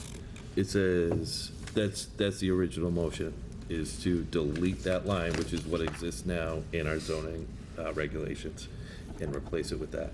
So I'm completely confused now, because I thought we had this approved by the committee, Yes. And I thought that this is what you were proposing. And see right there where it says registered marijuana dispensaries? Yeah. The motion is to delete line 11C of section 17-3.4 use regulations. So delete that and replace with all of that. So, And this is to delete that and replace it with that one line. okay, that was confusing, but now I understand it. Thank you for the clarification. So we're clear. Yep, we're clear. Crystal. Yep. It won't be in the paper that Rick was confused. No, because this is why we're having this conversation. Absolutely. That's why I said it 3 times. Counselor Blair. First of all, thanks, Todd, for bringing this in, because when I come in tonight early, I was going to ask Mr. Cooper and yourself how I could bring this forward, and I appreciate you bringing I it apparently forward. stumbled with it, so.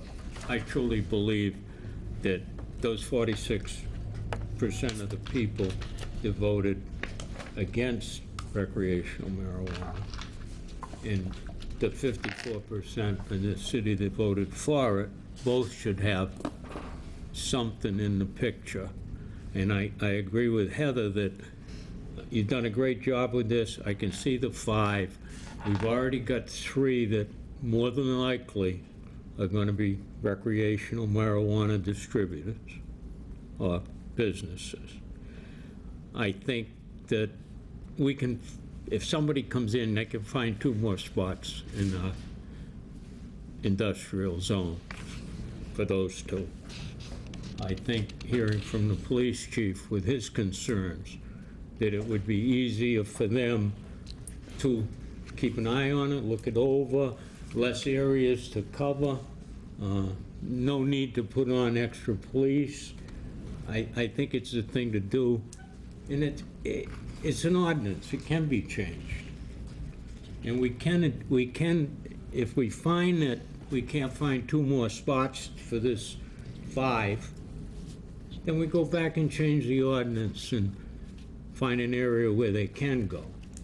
But to open it up completely to anywhere in town, you've got to take into consideration those people who voted against it. The people who voted for it, they got their way. I mean, they won in the election to vote for it. They've got recreational marijuana.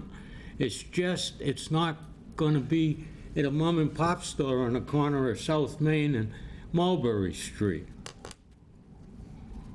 Changed to a marijuana adult recreation facility. It's going to be in a controlled atmosphere. And I would hope my fellow councilors will look at both of these groups of people. People I represent, some of you represent the other side. And I think the other side was heard. I mean, they got the vote. It's been approved statewide. So the 46% of the people who voted in Attleboro against it, give them something. Give them the security that it's going to be in an industrial area where it can be supervised properly by our police department. And I think we've heard from our chief law enforcement officer in the city, says that that's where he prefers it be located so he can properly police it. And if we don't have any trouble with it, and I hope we don't, then you expand it. But let's not sell our soul looking for that business to flourish. And we're looking, some people are looking at the money end of it. The administration in Boston, it's all about the dollars. I think people's peace of mind deserves the same look. And I think this amendment will help in that way. And as we've all said, ordinances, they're not written in stone. They can be changed. And if this doesn't work out, then we change it, or it gets changed. But err on the side of caution. And I think this amendment, errs on that side of caution. And nobody's got hurt. Because those people out there that want the recreational marijuana, they might not be able to stop at a place uptown, but they'll be able to go down to Mossberg Drive. It's not that far. If you need to go get it, you can get it. We're not stopping those people from getting recreational marijuana. Thank you. I'm sorry for. That's okay. Thank you. Did I miss you? Yeah, it's for time. Oh, I'm sorry. Counselor Delicio, then Hall. First of all, Council Cobus, really, the way you've handled this from the get-go, and I know it's been said here tonight, but, taking charge on this and having those Monday meetings and having Gary and talking with the police chief, it really showed great leadership on your end.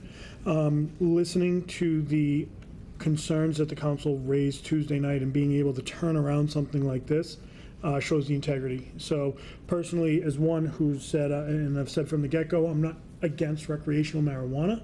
I said, but I want to make sure that we're doing our due diligence and we're, one, listening to the residents. And I've spoken with a lot of residents who are very much for it downtown, but I've spoken to those who are against it downtown, who, a lot of them, to Peter's point, they understand that the way they voted, the way they wanted to see the outcome, isn't what ended up happening. But they'd asked, can it not be downtown? The referendum wasn't about location, it was about the use of recreational marijuana legally. I think what you've done here cleans up the ordinance. I mean, look at the confusion we all have, and we're the so-called experts on this. I think what this does is it cleans it up, it makes it a little more user-friendly. It most certainly takes into the suggestion of the PC, the police chief. Every public hearing we have on medical marijuana, we'll have on recreational marijuana, we ask, what has the police chief said? Have you spoken to the police chief? So if we're expecting the businesses to take the word of the police chief, I think it behooves us to take that same lead and to take the lead of the police chief. What does concern me is that we're focusing so much on potential revenue. And I think Councilor Conti, you summed it up with your pig in the python. I think we're going to initially see a lift. I don't know how long that lift will be. It could be 6 months, could be 6 years, but there's a novelty aspect to this. And I think the novelty of it will probably give some financial false positives. I think what this does, and we talked, I've had residents reach out to me about children and their concern with children, and, we have adult marijuana use throughout this. I think the industrial zoning gives it the opportunity to ensure that we're making it difficult, or more difficult is not a word, but more difficult on the youth trying to ascertain this product. But again, thank you for listening to what we had to say and really crafting a fine ordinance either way. Thank you. Any other questions of Council Hall?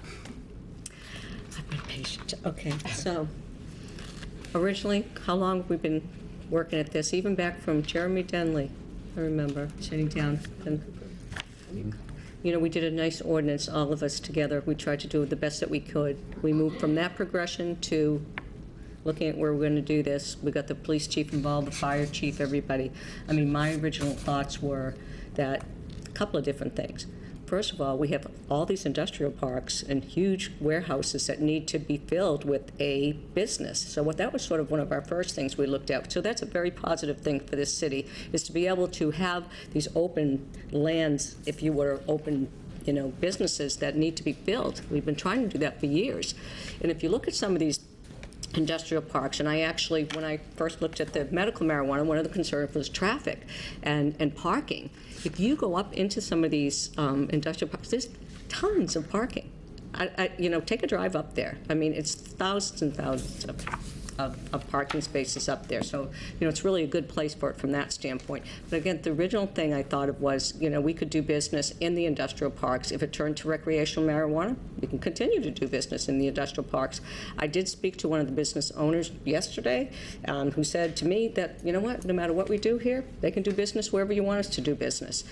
So, given the fact that there is a lot of discussions, I have some concerns about having storefront businesses right up, where there's not a lot of parking. There are very few places in Attleboro, as we all know, where we have parking for people to get adequate parking for any of the businesses. I kind of look around downtown and I don't see too much places to park, and that this is going to be a frequently used place. That and the fact that all the collateral And there is going to be some collateral concerns that come along. Again, it's still a cash product. It's still a cash product. It's still a product, cash in, product out. So I do have a lot of concerns. I'm going to support this. I think that just what everybody else has said here, I concur with totally. Let's see what happens. Let's watch. And we can certainly open it up. However, one of the things, do have a whip. One of the things that we would have to be careful of when we do open this up, and we do if we get to that point, is, location, because some of these businesses may not be in a position after they've invested all their money here in the industrial park to work to a location downtown that might be a little bit more favorable for them to do business. So keep that also in the back of your heads, because that could be a problem. Any other questions or comments? Councilor Cobus. I have just a couple comments, and I introduced this, but I don't support it.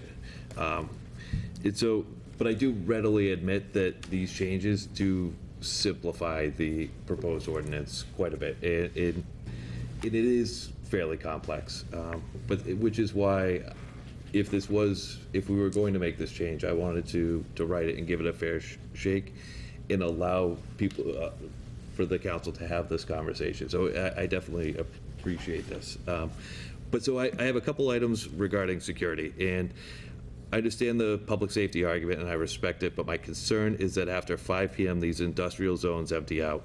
We would then need to pay to have increased police patrolling in these areas. I understand the host agreements are designed to offset this cost, but those agreements are only for 5 years, and it is currently unlikely the state will allow communities to extend them beyond 5 years. Multiple communities have been attempting to abuse these agreements, and as a result, the Cannabis Control Commission has suggested they will not allow communities to extend the agreements beyond 5 years and are working to increase restrictions on how municipalities must be held accountable for spending the money on items directly related to the impact of the marijuana business. Second, we hear constantly the argument about it's a cash business. That argument isn't really applicable in Massachusetts. It is partially a cash business, but all of the entities I've spoken to have accounts with Century Bank, and their retail stores will allow debit card purchases. Moreover, in my view, by moving these retail locations out from the shadows of these peripheral industrial zones, in my mind, we decrease the risk. And finally, after 6 years of having medical marijuana in the state, we haven't seen a single security incident at any of the sites. Moreover, when Avi came here, he was the security chief for Briarleaf, and we asked him, have you seen any security incidents in your history as providing security for these entities? And he's never seen one. Every company I've talked to and asked, how many security incidents have you had? The answer is always 0. So now I understand that these entities are biased, but it was still a fairly compelling argument in my mind. And finally, and more importantly, this is not what industrial zones are designed for. These zones tend not to be on the bus routes and can be difficult for people to get to.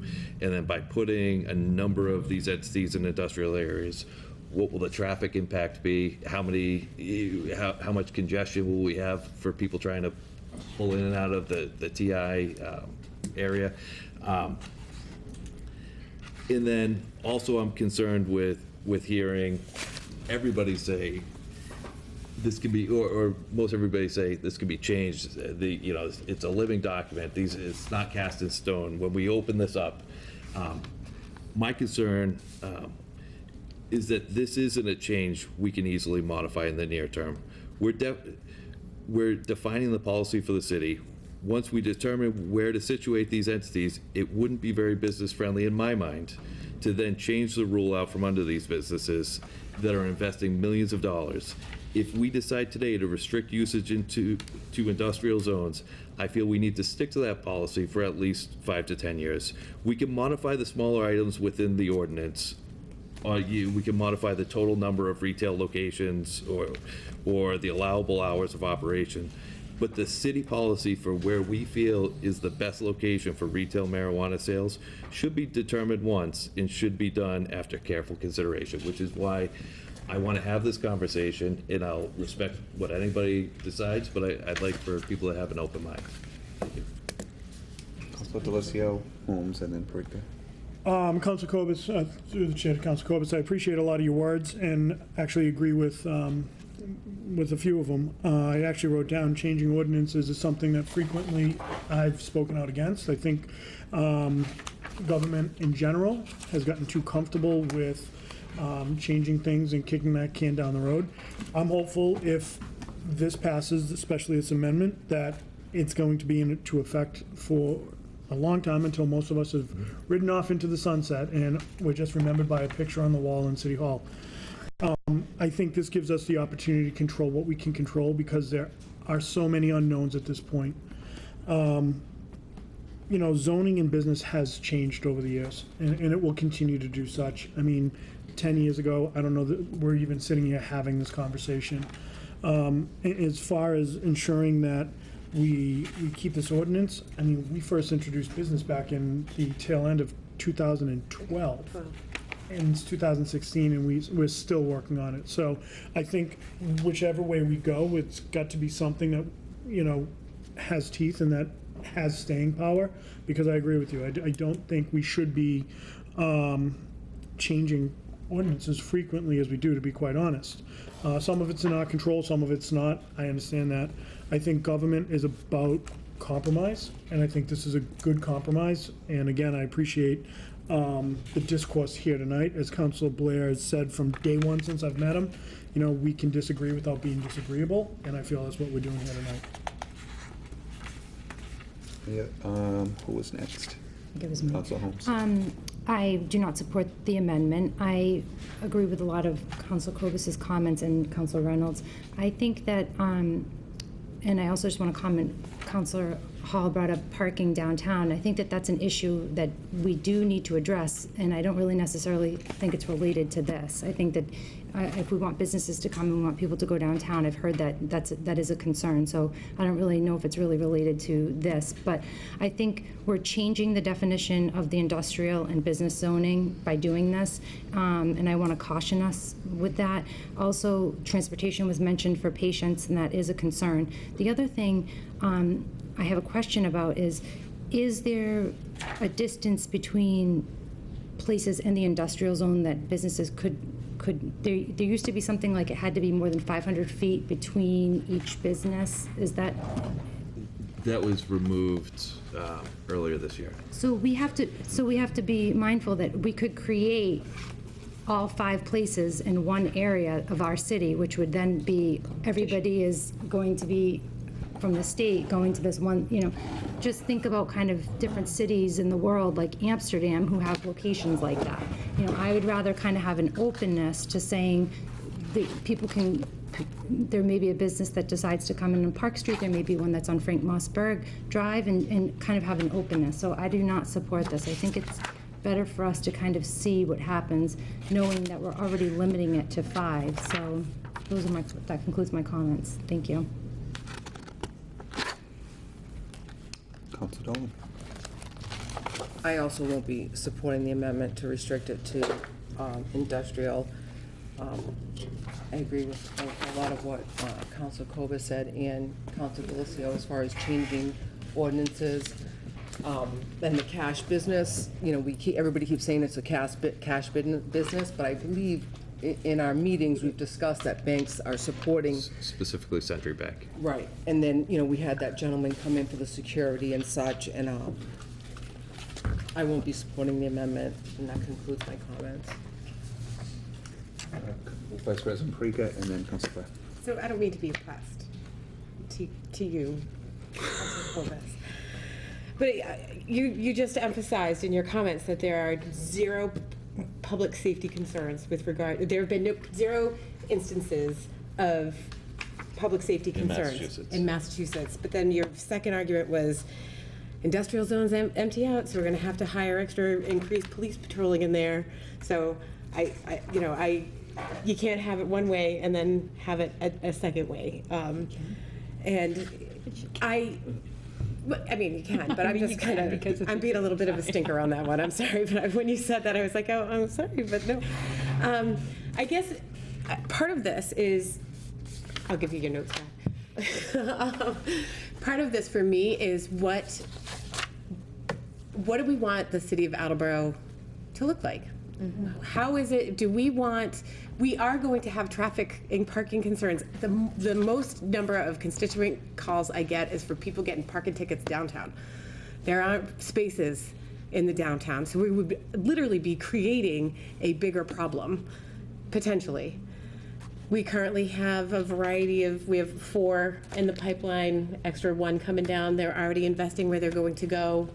So the cap on the 5 is, we're almost there already. And again, it's a matter of the practical application. We don't know how this and the number, is there any other community, if I may ask the chair, is there another community in the state of Massachusetts that has more than 5 in one town or city? I am not aware. In the number 5 we came up with, we've talked about that. No, right. But we don't, it's limited to 5 retail locations. We don't limit the number of manufacturing, cultivation, or medical marijuana treatment centers. So may I follow Just up the with a retail. question on that? So, As long as we're sticking to the amendment.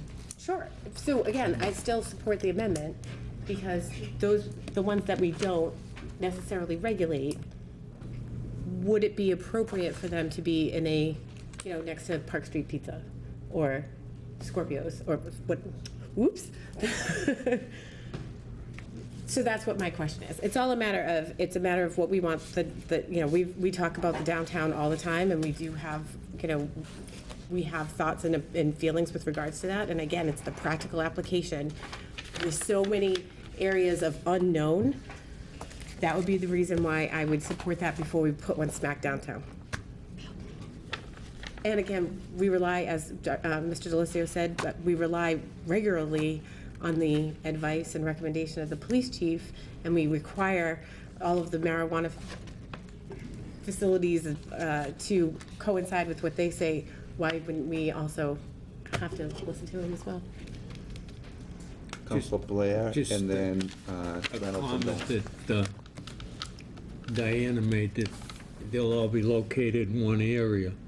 We got 3 that pretty much are gonna go recreational also. One will be off of Pleasant Street. One will be at the Old Stone Inns restaurant. And you'll have at least one down in the industrial park off County Street. So they are not congregated together. And you have 2 more available. And I assume if it was me looking to open one up, which, believe me, don't quote me, I wouldn't look to put one next to another one. I would look to have one in an industrial park up off of North Avenue, friend. I'm just throwing that out there, though. But being business-minded, I wouldn't put one next to another one if I had a choice. You'd put it in business zone because you want a storefront location if you're opening a business. Point of order, he has them. Industrial parks, if I may finish, I'm sorry, Diana. If industrial parks have changed tremendously in this city, and you know because you're associated through your dad with industry, it's gone. These industrial parks are going to go more and more retail. You've allowed used car lots in them. You've allowed doggy daycare centers in them. You've allowed adult daycare centers in them, all through changes in the zoning. So I think, in my opinion, like I said, we rely on the chief of police to give us guidance in law enforcement. And when I want to listen to them. And I think the 46% of the people in the city that voted against recreational marijuana, they lost. But throw them a bone. Make them feel secure. If that's Is that a pun? It's a great compromise, and I can't say enough about the amendment, and Todd, you're thinking of the other side as well as your own. And compromise is a thing, and it really isn't a tremendous compromise. They still have the availability, the ones that want to buy recreational marijuana will still have the availability. It'll be spread around the city. It's just going to be in an industrial complex. It's not going to be a storefront. And I personally don't believe it should be a storefront. Either that, we put it where Stop and Shop is, or where Shaw's is. I don't know if any of us want it there either. They have parking. Am I allowed to move the vote without a, Yes, you are. I'd like to move the vote. So Move the question. move the The question. question, yep. Yeah, so do we have to vote on that? We do. Yes, we do. We have to vote, requires a roll call vote. Am I starting with Council Hall? Let me check real quick. You want to do a roll call? Yeah, we'll just do roll call. Okay. Oh, yeah. Second. All right, who do you want to start with? I believe it's Councilor Blair. Mr. Blair, Yes. Mr. Conti, Yes. Mr. Cobus, Yes. Vice President Perica, Yes. Mr. Delissio, Yes. Ms. Dolan, Yes. I'm sorry, Yes. okay. Ms. Reynolds, Yes. Ms. Holmes, Yes. Ms. Hall, Yes. President Cooper, Yes, 10 yeas, 0 nays. thank you. So we are now voting on the amendment. Does everybody understand what they're voting on? Yes. Okay, and this will require we'll do a roll call vote, beginning with Councilor Hall. Ms. Hall, Yes. Ms. Holmes, No. Ms. Reynolds, No. Ms. Dolan, No. Mr. Delissio, Yes. Vice President Perica, Yes. Mr. Cobus, No. Mr. Conti, Yes. Mr. Blair, Yes. President Cooper, Yes, 6 yeas, 4 nays. motion passes. Amendment passes, actually. So now we are back to the main motion as amended. Move to amend the main motion as follows. Where were we?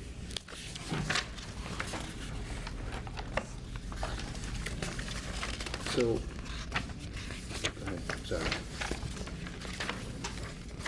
Under general requirements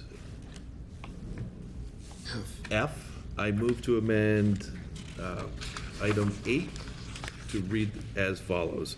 The gross floor area for the customer or patient accessible areas of a medical marijuana treatment center or marijuana retailer shall not exceed 5,000 square feet. Second.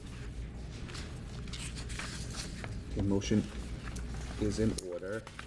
This cleans it up in order to talk, to insert the customer or patient accessible areas of a medical marijuana treatment center.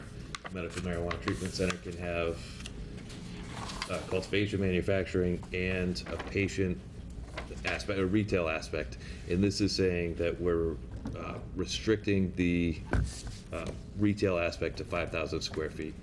This was in there before. We were restricting the retail aspects to 5,000 feet for recreational use and for medical marijuana treatment centers for patient dispensary use only.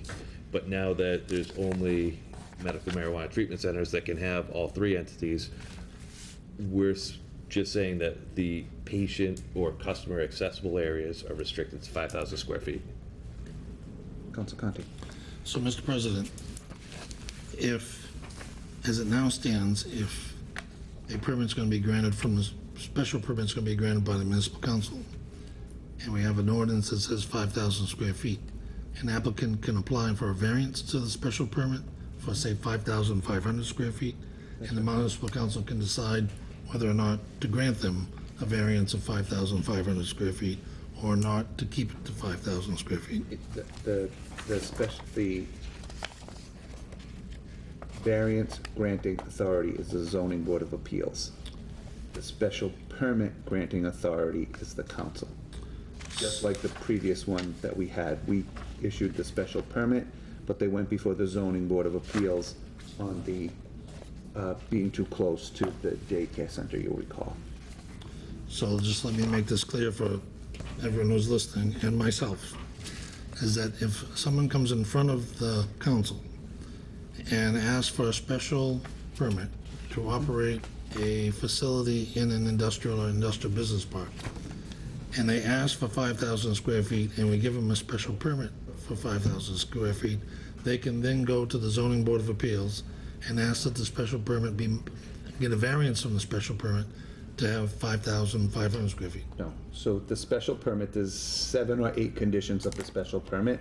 They're not these requirements, right? This is the ordinance governing the issuance of the permit, but they wouldn't meet it. It's like any other special permit that we granted for this that was too close. I believe we had 2 of them that had to go before the zoning board because the requirement within it was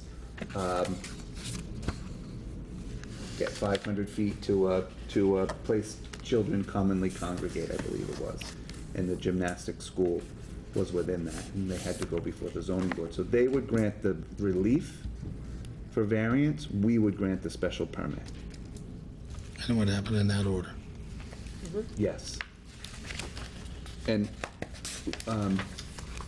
Council Kovas, just so I'm clear, this is, the reason for this amendment is simply because we need to be consistent with the motion, original motion as amended. Correct. And it would be illegal for us to restrict MMT, medical marijuana treatment centers in general, to 5,000 square feet. Right, it wouldn't, yeah. It wouldn't make sense. Yep.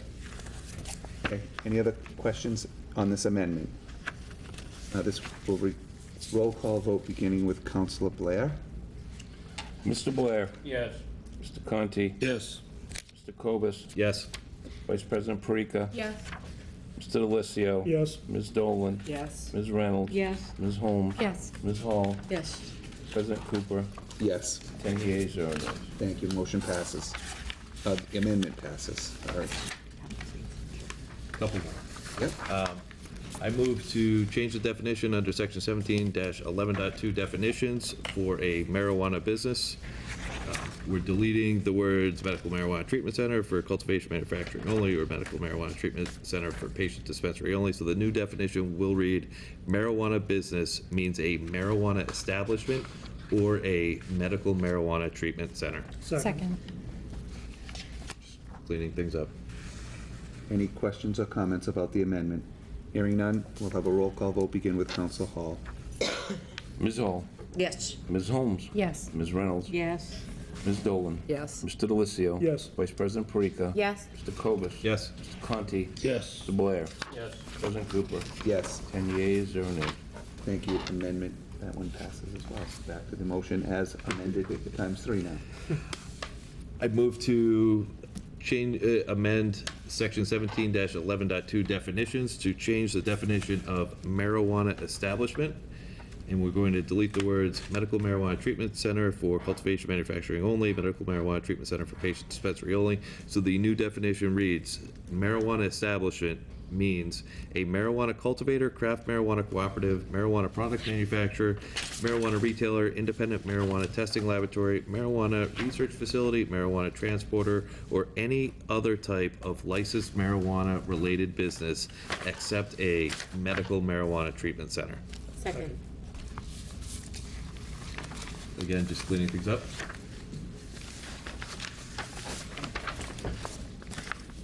Any other questions or comments about this amendment? We'll have a roll call vote begin with Council Blair. Mr. Blair. Yes. Mr. Conti. Yes. Cobus. Yes. Vice President Parika. Yes. Mr. Delissio. Yes. Ms. Dolan. Yes. Ms. Reynolds. Yes. Ms. Holmes. Yes. Ms. Hall. Yes. President Cooper. Yes, 10 yeas, 0 nays. thank you, amendment passes. Last one. I move to delete section 17-2.1.3, establishment of industrial zoning district, and replace it with the following. Section 17-2.1.3, establishment of industrial zoning districts, amended 8/16/2018. The I and IBP zoning districts are established to accommodate A, enterprises engaged in manufacturing, processing, repairing, packaging, assembly, storing, merchandising of goods and commodities and other similar uses that are deemed within the prescribed range of activities contained herein. B, compatible non-residential enterprises engaged in the medical healthcare sector of the economy. And C, compatible non-residential enterprises engaged in marijuana business. Second. Actually, after further review, I'm actually going to rule that that motion is out of order because it was not advertised as part of the public hearing, and changes to the zoning ordinance require public hearing. So I understand what you're trying to do to put the clarity around it, but it was not part of this section was not mentioned as part of the original changes to the zoning ordinance, and there is a requirement for a public hearing for changes to the zoning ordinance, and because this wasn't listed, I don't want to risk someone's ability to file under this, and I also don't want it to be challenged that we didn't have a public hearing for this particular amendment that wasn't included in the original posting, and for that, I'm going to rule it out of order. Okay, I can introduce new business to. Absolutely, I would down recommend the that, road. yeah. I do, there was one that I did miss. So I moved to modify section 17-11.2 definitions to delete the following two definitions. Delete medical marijuana treatment center for cultivation/manufacturing only, and delete the definition for medical marijuana treatment center for patient dispensary only. Second. Thank you, motion's in order. Cleaning up those two? Okay. We will have a roll call vote, beginning with Council Hall. Ms. Hall. Yes. Ms. Holmes. Yes. Ms. Reynolds. Yes. Ms. Dolan. Yes. Mr. Delissio. Yes. Vice President Parika. Yes. Mr. Cobus. Yes. Mr. Conti. Yes. Mr. Blair. Yes. President Cooper. Yes. 10 yeas, 0 nays. Thank you. So that the amendment passes. Now we are as amended. Does anybody have any questions or comments? Hearing none, did you have? Oh, no, I guess not. Okay. Hearing none, this requires a roll call vote, and the vote will begin with Councilor Blair. And this is on the motion as amended. Mr. Blair. Yes. Mr. Conti. Yes. Mr. Cobus. Yes. Vice President Parika. Yes. Mr. Delissio. Yes. Ms. Dolan. Yes. I'm sorry? Yes. Ms. Reynolds. Yes. Ms. Holmes. Yes. Ms. Hall. Yes. President Cooper. Yes. 10 yeas, 0 nays. Thank you. Motion passes. Congratulations. Well done. Thank you. Thank you. Great job. Yeah. That's the end of the line, Joe. Great job. Yes. Thank you. I always feel like we should like stand up and applaud. So that's a compromise, that's when you bring something, is that what that was? It's an interesting concept. Next time. That concludes my business with the zoning and land use committee, and I call for a committee meeting at the next appropriate time. Thank you. Thank you. Reporting for Public Works Committee. I have 4 motions in front of us this evening for that, I think. There you go. Yes, I do. From the docket of August 14th, 2018, I move to approve the petition from National Grid to relocate pole 8250 negative 50 feet south on Slater Street for the purpose of system upgrade. Second. Thank you. Motion's in order. No comments. They're just pushing it back. We didn't need a public hearing for it. Okay. Any other questions or comments? Hearing none, this requires a voice vote. All in favor? Aye. Opposed? Thank you. Motion passes. Thank you very much. From the docket of September 4th, 2018, I move to approve the petition of the mayor to transfer $90 from account citywide water to account citywide bills from previous years in order to pay a fiscal year 2018 water bill invoice to the city of Attleboro. Second. Thank you. Motion's in order. Again, we just talked about it a little bit ago. It was an oversight. Great. This requires a roll call vote, and we begin with Council Hall. Ms. Hall. Yes. Ms. Holmes. Yes. Ms. Reynolds. Yes. Ms. Dolan. Yes. Vice President Parika. Yes. Mr. Cobus. Yes. Mr. Conti. Yes. President Cooper. Yes. 8 yeas, 0 nays. Thank you. Motion passes. Thank you, President Cooper. From the docket of August 14th, 2018, I move to approve the petition from National Grid requesting permission to install new stub pole and anchor to increase the size of cable at West Street and South Avenue, 222 132 feet southwest of the center line on West Street and continuing in a westerly direction. Second. Thank you. Motion is in order. I have no additional comments. And this requires a voice vote. All in favor? Aye. Opposed? Thank you. Motion passes. And finally, from the docket of August 14th, 2018, I move to approve the petition from National Grid requesting permission to install 1 3-inch PVC conduit to handhole located in private property 130 feet east of the center line at the intersection of County Street and Wall Street. Second. Thank you. Motion is in order. I have no comments. Any other questions or comments? Hearing none, this requires a voice vote. All in favor? Aye. Opposed? Thank you. Motion 9-0. I'm sorry, 9-0. Motion passes. Thank you. That concludes the Fabulous. business for Public Works Committee, and I call for a committee meeting at the next appropriate time. Great. Thank you.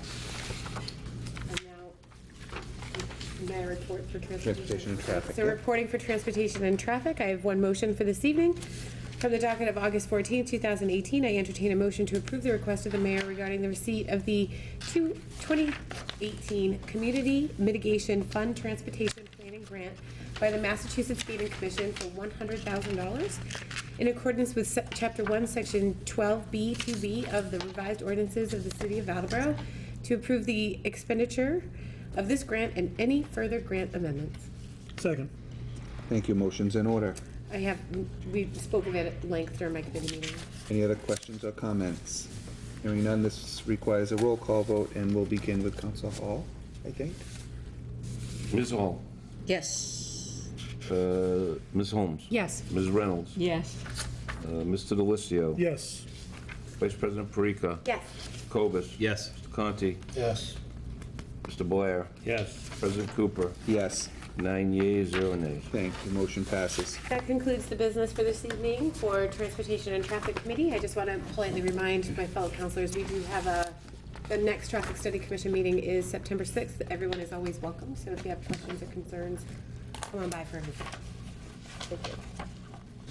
Thank you. Councilor DeLisio. Thank you. Reporting for budget and appropriations from the docket of August 14th, 2018, I move to request the mayor, move to approve the request of the mayor to transfer $811 from account wastewater enterprise fund laboratory services to wastewater enterprise previous year bills regarding the need to pay fiscal year 2018 invoices from Rhode Island Analytical. Second. Thank you. Motion's in order. Any questions or comments? No comments. We discussed this earlier this evening. Great. Any other questions or comments? Hearing none, this requires a roll call vote, and we'll begin with Councilor Blair. Mr. Blair. Yes. Mr. Conti. Yes. Mr. Cobus. Yes. Vice President Parika. Yes. Mr. DeLisio. Yes. Ms. Dolan. Yes. Ms. Reynolds. Yes. Ms. Holmes. Yes. Ms. Hall. Yes. President Cooper. Yes. 10 yeas, 0 nays. Thank you. Motion passes. Thank you. From the docket of August 14th, 2018, I move to approve the request of the mayor to transfer $155 from park allowance licenses to account park prior year license to reimburse an employee for the cost of a license and a medical card paid in fiscal 18. Second. Thank you. Motion's in order. Any questions or comments? I just want to say again, this is for a hoisting license. Any other questions or comments? Hearing none, this requires a roll call vote, and we begin with Councilor Holmes. Ms. Holmes. Yes. Ms. Reynolds. Yes. Ms. Dolan. Yes. Mr. DeLisio. Yes. Vice President Parika. Yes. Mr. Cobus. Yes. Mr. Conti. Yes. Mr. Blair. Yes. President Cooper. Yes. 9 yeas, 0 nays. Thank you. Motion passes. Thank you. From the docket of August 14th, 2018, I move to approve the request of the mayor to transfer $36 from account citywide, 36,000, I'm sorry. It's been a long day. I move to approve the request of the mayor to transfer $36,000 from account citywide reserve fund for transfer to account police salary regarding the need to replenish funds that were previously expended to pay an annual first responder stipend that was due on the second pay week of July 2018. An internal transfer was completed in order to fulfill this contractual obligation payment as the contract was not settled prior to the fiscal 19 budget process completion. Second. Thank you. Motion's in order. Discussed this earlier this evening as well. Any other questions or comments? Hearing none, the roll call vote will begin with Councilor Blair. Mr. Blair. Yes. Mr. Conti? Yes. Mr. Cobus? Yes. Vice President Parika? Yes. Mr. Delissio? Yes. Ms. Dolan? Yes. Ms. Reynolds? Yes. Ms. Holmes? Yes. President Cooper? Yes. 9 yeas, 0 nays. Thank you. Motion passes. Thank you. And finally, from the docket of August 14th, 2018, I move to approve the request of the mayor regarding the Council on Aging's receipt of approximately $13,020 through the Community Development Block Grant fiscal 2018, and that in accordance with Chapter 1, Section 12 of the revised ordinance of the City of Attleboro, request this honorable body approve the expenditure of such funds and any further grant amendments by the Council on Aging to fund the Outreach Shine Counselor. Second? Thank you. Motion's in order. Any other questions or comments? I will add, and I didn't say this earlier, but I do want to thank Madeline and Darlene and the entire Council on Aging for their commitment and dedication to our aging population across the city, and the programs and the services they provide are certainly amongst the best in the state, if not the country, and really happens through the commitment and passion that Madeline shows with all that she does. So, thank you, Madeline. Any other questions or comments? Hearing none, this requires a roll call vote, and we'll begin with Council Holmes. Ms. Holmes? Yes. Ms. Reynolds? Yes. Ms. Dolan? Yes. Mr. Delissio? Yes. Vice President Parika? Yes. Mr. Cobus? Yes. Mr. Conti? Yes. Mr. Blair? Yes. President Cooper? Yes. 9 yeas, 0 nays. Thank you. Motion passes. Thank you. That concludes the business for budget appropriations, and would like to call for a meeting at the next appropriate time, please. Thank you. Councilor Dolan. Reporting for licenses, I have one item this evening. From the docket of August 14th, 2018, I move to grant a permit for the Disabled Veterans of America, Chapter 91 of 122 Park Street, Attleboro, for the annual Forget-Me-Not Drive at various locations in September. Second? Thank you. Motion's in order. Any questions or comments? I have no comments. Anyone else, questions or comments? Hearing none, this requires a voice vote. All in favor? Aye. Opposed? Thank you. Motion passes 9-0. That's all the business I have for Licenses Committee, and I'd like to call for a committee meeting at the next appropriate time. Great. Thank you. Council Reynolds. Thank you, President Cooper. Reporting for City Property and Claims Committee, I have one motion from the docket of September 4th, 2018. I would like to request to not have to read all the numbers again this time. So I move to approve the request of the mayor to declare the following as surplus and available for disposition. There are 9 copiers, and the copies made run from $51,643 to as much as $2,501,720 copies. Second. Thank you. Motion's in order. Any other questions or comments? Hearing none, this requires a roll call vote, and we will start with Councilor Blair. Mr. Blair? Yes. Mr. Conti? Yes. Cobus? Yes. Vice President Parika? Yes. Mr. Delissio? Yes. Ms. Dolan? Yes. Ms. Reynolds? Yes. Ms. Holmes? Yes. Ms. Hall? Yes. President Cooper? Yes. 10 yeas, 0 nays. Thank you. Motion passes. Conclude your meeting. I'm sorry. I apologize, I'm sorry. I would like to, that's all the business I have tonight for City Property and Claims, and I would like to call a committee meeting at the next appropriate time. Great. Thank you. Thank you. Council Holmes. Reporting for Personnel and Human Service Committee from the docket of September 4th, 2018. I move to approve the request of the mayor to confirm the appointment of Louis Stevens to fill a 3-year term of zoo director, term to expire February 2021. Second. Thank you. Motion's in order. Any questions or comments? We met him earlier tonight, and I think he would be a great fit for the city, so no other comments. Any other questions or comments? Hearing none, this requires a voice vote. All in favor? Aye. Opposed? Thank you. Motion passes 9-0. This concludes the business for Personnel and Human Services, and I'll call for the committee. Parika wasn't here, I'm sorry. No.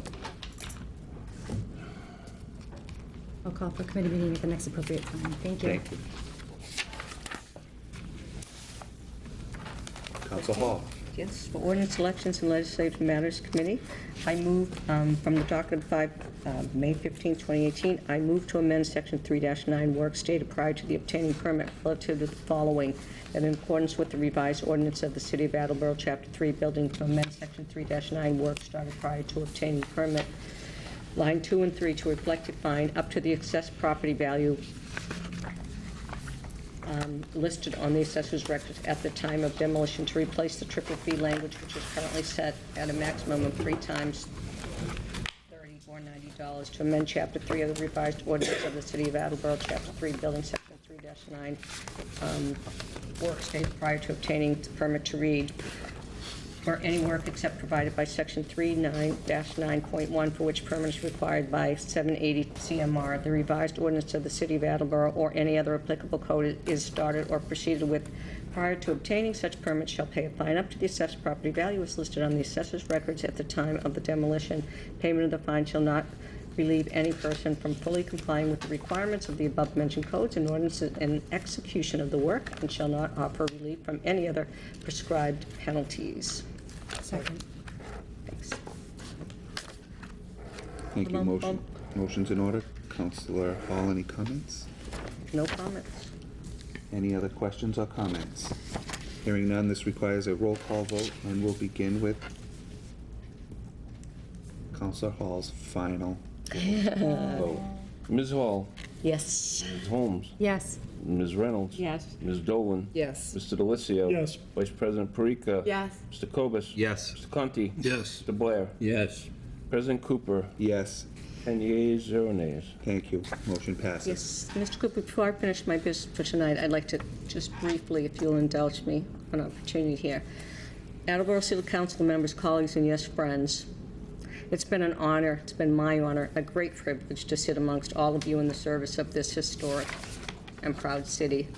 I hear people say whenever there's controversy that this is the worst council they have ever seen, but I've heard that so many times. This is my second time. Don't believe it for a minute. You know, I've been on 2 different councils. Both times I've heard that said, as well as heard stories of past councils appearing to be just as chaotic when they handled controversial subjects.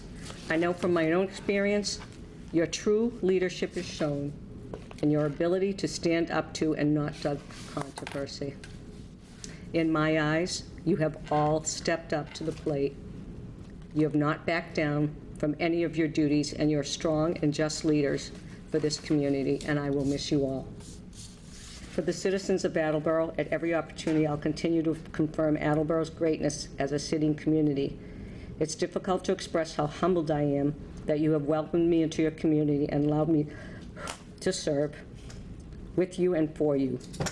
I sincerely hope with every decision I have been a just leader and know that I have always kept the best interest of the city in mind. It is with pride that I say I am a resident of Attleboro. I have the pleasure and honor to serve the city of Attleboro as a councilor, and although I leave this circle, I am not done. At the will of the citizens of Attleboro, I'll continue to serve you proudly for many years to come.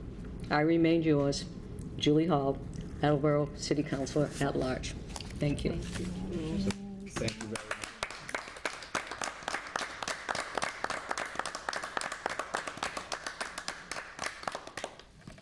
So thank you for that, and thank you for your service, and we will have you back in the very near future Yes. to formally recognize your service to the city, and thank you for all that you have done and all that you will continue to do. Thank you. Thank you. Thank all of you, really and truly. Next. I guess this concludes the business of the Ordinance, Elections, and Legislative Matters Committee, and especially for Councilor Julie Hall. Thank you. Thank you. So that, there is, excuse me, there is no old business, there is no new business, and at this time, I'd entertain a motion to adjourn. Second. All in favor? Aye. Aye, thank you. We are adjourned at 9:28. Yeah. Yeah. Yeah, happy I vacation. bet you didn't know I was going to. At first, thought you were doing really good, and then I thought you were going to Flying start out to having a Vegas and little we're driving up emotional.